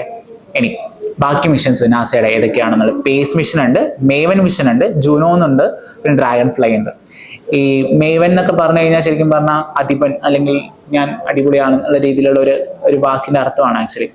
പേസ് എന്ന് പറഞ്ഞാൽ നമുക്ക് ഓരോന്നായിട്ട് പോകാം കേട്ടോ. പേസ് എന്ന് പറഞ്ഞു കഴിഞ്ഞാൽ plankton aerosol cloud ocean ecosystem എന്നാണ് അതിന്റെ ഫുൾ ഫോം. ആ PACE എന്നുള്ള രീതിയിലാണ് പേസ് വന്നേക്കുന്നത്. ഇൻവെസ്റ്റിഗേറ്റ് എന്താണ് ഓഷ്യനും അറ്റ്മോസ്ഫിയറും നമ്മളെ ഇന്ററാക്ഷൻ എന്താണെന്ന് മനസ്സിലാക്കാൻ വേണ്ടിയിട്ടാണ് ക്ലൈമറ്റ് ചേഞ്ച് പഠിക്കാനായിട്ടോ ഉദ്ദേശിക്കുന്നത്. ഇതാണ് പേസ് മിഷന്റെ ഒരു ഉദ്ദേശം. നല്ലൊരു കാര്യമല്ലേ? ഇനി മേവൻ എന്ന് പറഞ്ഞാൽ എങ്ങോട്ടാ? മാസിലേക്കാണ് പോകുന്നത്. അവിടുത്തെ മാസിലുള്ള വോളറ്റൈൽ ആയിട്ടുള്ള കോമ്പണൻസിന്റെ എവല്യൂഷൻ എങ്ങനെയാണെന്ന് പഠിക്കാനാണ് ഉദ്ദേശിക്കുന്നത്. ഇനി മറ്റും ജൂനോ മിഷൻ. ജൂനോ എന്ന് പറയുന്നത് ജുപ്പിറ്ററിനെ പറ്റി പഠിക്കാനാണ്. ഒറിജിനൽ എവല്യൂഷൻ ഓഫ് ജുപ്പിറ്റർ ആണ്. ഡ്രാഗൺ ഫ്ലൈ എവിടേക്കാ? സാറ്റേൺ. ഓക്കെ, സാറ്റേണിന്റെ മൂൺ ടൈറ്റൻ എന്ന് പറയുന്നതിലേക്കാണ് പോകുന്നത്. നമുക്ക് റെഡിയാക്കാം. ഇനി അടുത്ത മിഷൻസ് രണ്ടെണ്ണമാണത്. ഒന്ന് ESAന്റെയും ഒന്ന് ESAന്റെയും ജാക്സൈന്റെയും കൂടെ മിക്സ് ആയിട്ടുള്ളതാണ്. ESAന്റെ ആരാണ്? റൈസ് ആണ് കേട്ടോ. റൈസ് ആണ്. അതിന്റെ full form refuelling, refurbishment and assembling in orbit. അവിടെ തന്നെ ഈ പറഞ്ഞ സർക്കുലർ എക്കണോമി എന്ന് പറഞ്ഞാൽ നമ്മളിപ്പോ അതൊന്ന് വായിച്ചു വെച്ചേക്കുക. നമ്മുടെ സ്പേസിൽ എന്ത് ചെയ്യാണ്? അവിടെ തന്നെ വെച്ചിട്ട് കാര്യങ്ങൾ ഫങ്ഷനിലാക്കുക എന്നുള്ളതാണ് മെയിൻ ആയിട്ട് ഉദ്ദേശം. അതാണ് ഉദ്ദേശിക്കുന്നത്. റീഫ്യൂവലിംഗും റീഫർബിഷ്മെന്റും ആൻഡ് അസംബ്ലിങ്ങും ആ ഓർബിറ്റിൽ തന്നെ നിന്നിട്ട് മേളിൽ തന്നെ നിന്നിട്ട് കാര്യങ്ങൾ ചെയ്യാനുള്ള ഉദ്ദേശമാണ് റൈസ്. ESAയുടെ ആണ്. ഓക്കെ, ഇനി എർത്ത് കെയർ എന്ന് പറയുന്നത് ജാക്സയുടെയും ESAന്റെയും കൂടെയാണ്. Interplay between clouds, aerosol and radiation yielding new heights into Earth's radiation balance against the backdrop of climate crisis. Climate ക്രൈസിസിനെ പറ്റിയിട്ട് മനസ്സിലാക്കാനും എർത്ത് എന്നുള്ള കാര്യങ്ങളൊക്കെ മനസ്സിലാക്കാൻ വേണ്ടിയിട്ടാണ് സൺ സിൻക്രണസ് ഓർബിറ്റിലാണ് ഇത് വിടാനും ഉദ്ദേശിച്ചിട്ടുള്ളത്. ഓക്കെ, ഇത്രയും കാര്യങ്ങളാണ് നമുക്ക് മിഷൻസ് ആയിട്ട് ഇവിടെ പറയാനുള്ളത്. ഓക്കെ, ഇത്രയും കുറേ മിഷൻസ് കേട്ടിട്ടുണ്ടെങ്കിലും ഈ മിഷൻസ് എല്ലാം പഠിക്കുമ്പോൾ ആ ഒരു ആംഗിളിൽ പഠിച്ചാൽ മതി. നമുക്ക് മാക്സിമം 1 മിനിറ്റിൽ ഒരു മിഷൻ പഠിച്ച് തീരുന്ന രീതിയിൽ വേണം കാര്യങ്ങൾ പഠിക്കാൻ. അല്ലെങ്കിൽ ഭയങ്കര ലോഡഡ് ആവും. നമ്മൾ അവിടെ എക്സാമിന് പോകുമ്പോൾ നമുക്ക് എല്ലാം കൂടെ കൺഫ്യൂഷൻ ആവും. ഈ പഠിക്കുക എന്നുള്ള ഉദ്ദേശിക്കുന്നതും നമുക്ക് എങ്ങനെ മനസ്സിലാക്കണം? ജസ്റ്റ് മനസ്സിലാക്കി പോവുക. എന്നിട്ട് ഇതിന്റെ കൊടുത്തിട്ടുള്ള ഹൈലൈറ്റ് ചെയ്ത പോയിന്റ്സ് മാത്രം, ഞാൻ പഠിക്കാൻ പറഞ്ഞ പോയിന്റ്സ് മാത്രം ഒന്ന് പഠിച്ച് പോയാൽ മതി. പെട്ടെന്ന് തീരും. ഇനി അതൊന്ന് ഈ വീഡിയോ കണ്ട് നിങ്ങൾ ഇതൊക്കെ നോട്ട് ചെയ്ത് ഒന്ന് പഠിച്ച് വീണ്ടും ഈ വീഡിയോ ഒന്ന് 2x സ്പീഡിൽ കേട്ടിട്ട് ഇതൊന്ന് റിവൈസ് ചെയ്യുക. അങ്ങനെ കേൾക്കുമ്പോൾ തന്നെ നമുക്ക് ഏകദേശം ഈ ഭാഗങ്ങൾ കംപ്ലീറ്റ് തീരും എന്നുള്ളതാണ് എനിക്ക് തോന്നുന്നത്. എനിവേ, നമുക്ക് സ്പേസിലെ ഉപയോഗിക്കുന്ന ടെക്നോളജി ബാക്കി നമുക്ക് ഉണ്ട്, കോൺസെപ്റ്റ്സ് ഇനി ബാക്കിയുണ്ട്. നമുക്കിപ്പോൾ സ്പേസിൽ ഏതൊക്കെ മിഷൻസ് ഉണ്ട് എന്നുള്ളതാണ് നമ്മൾ കംപ്ലീറ്റ് ചെയ്തിരിക്കുന്നത്. ഇത് നമുക്ക് തൽക്കാലം മൈൻഡ് അപ്പ് ചെയ്യാം.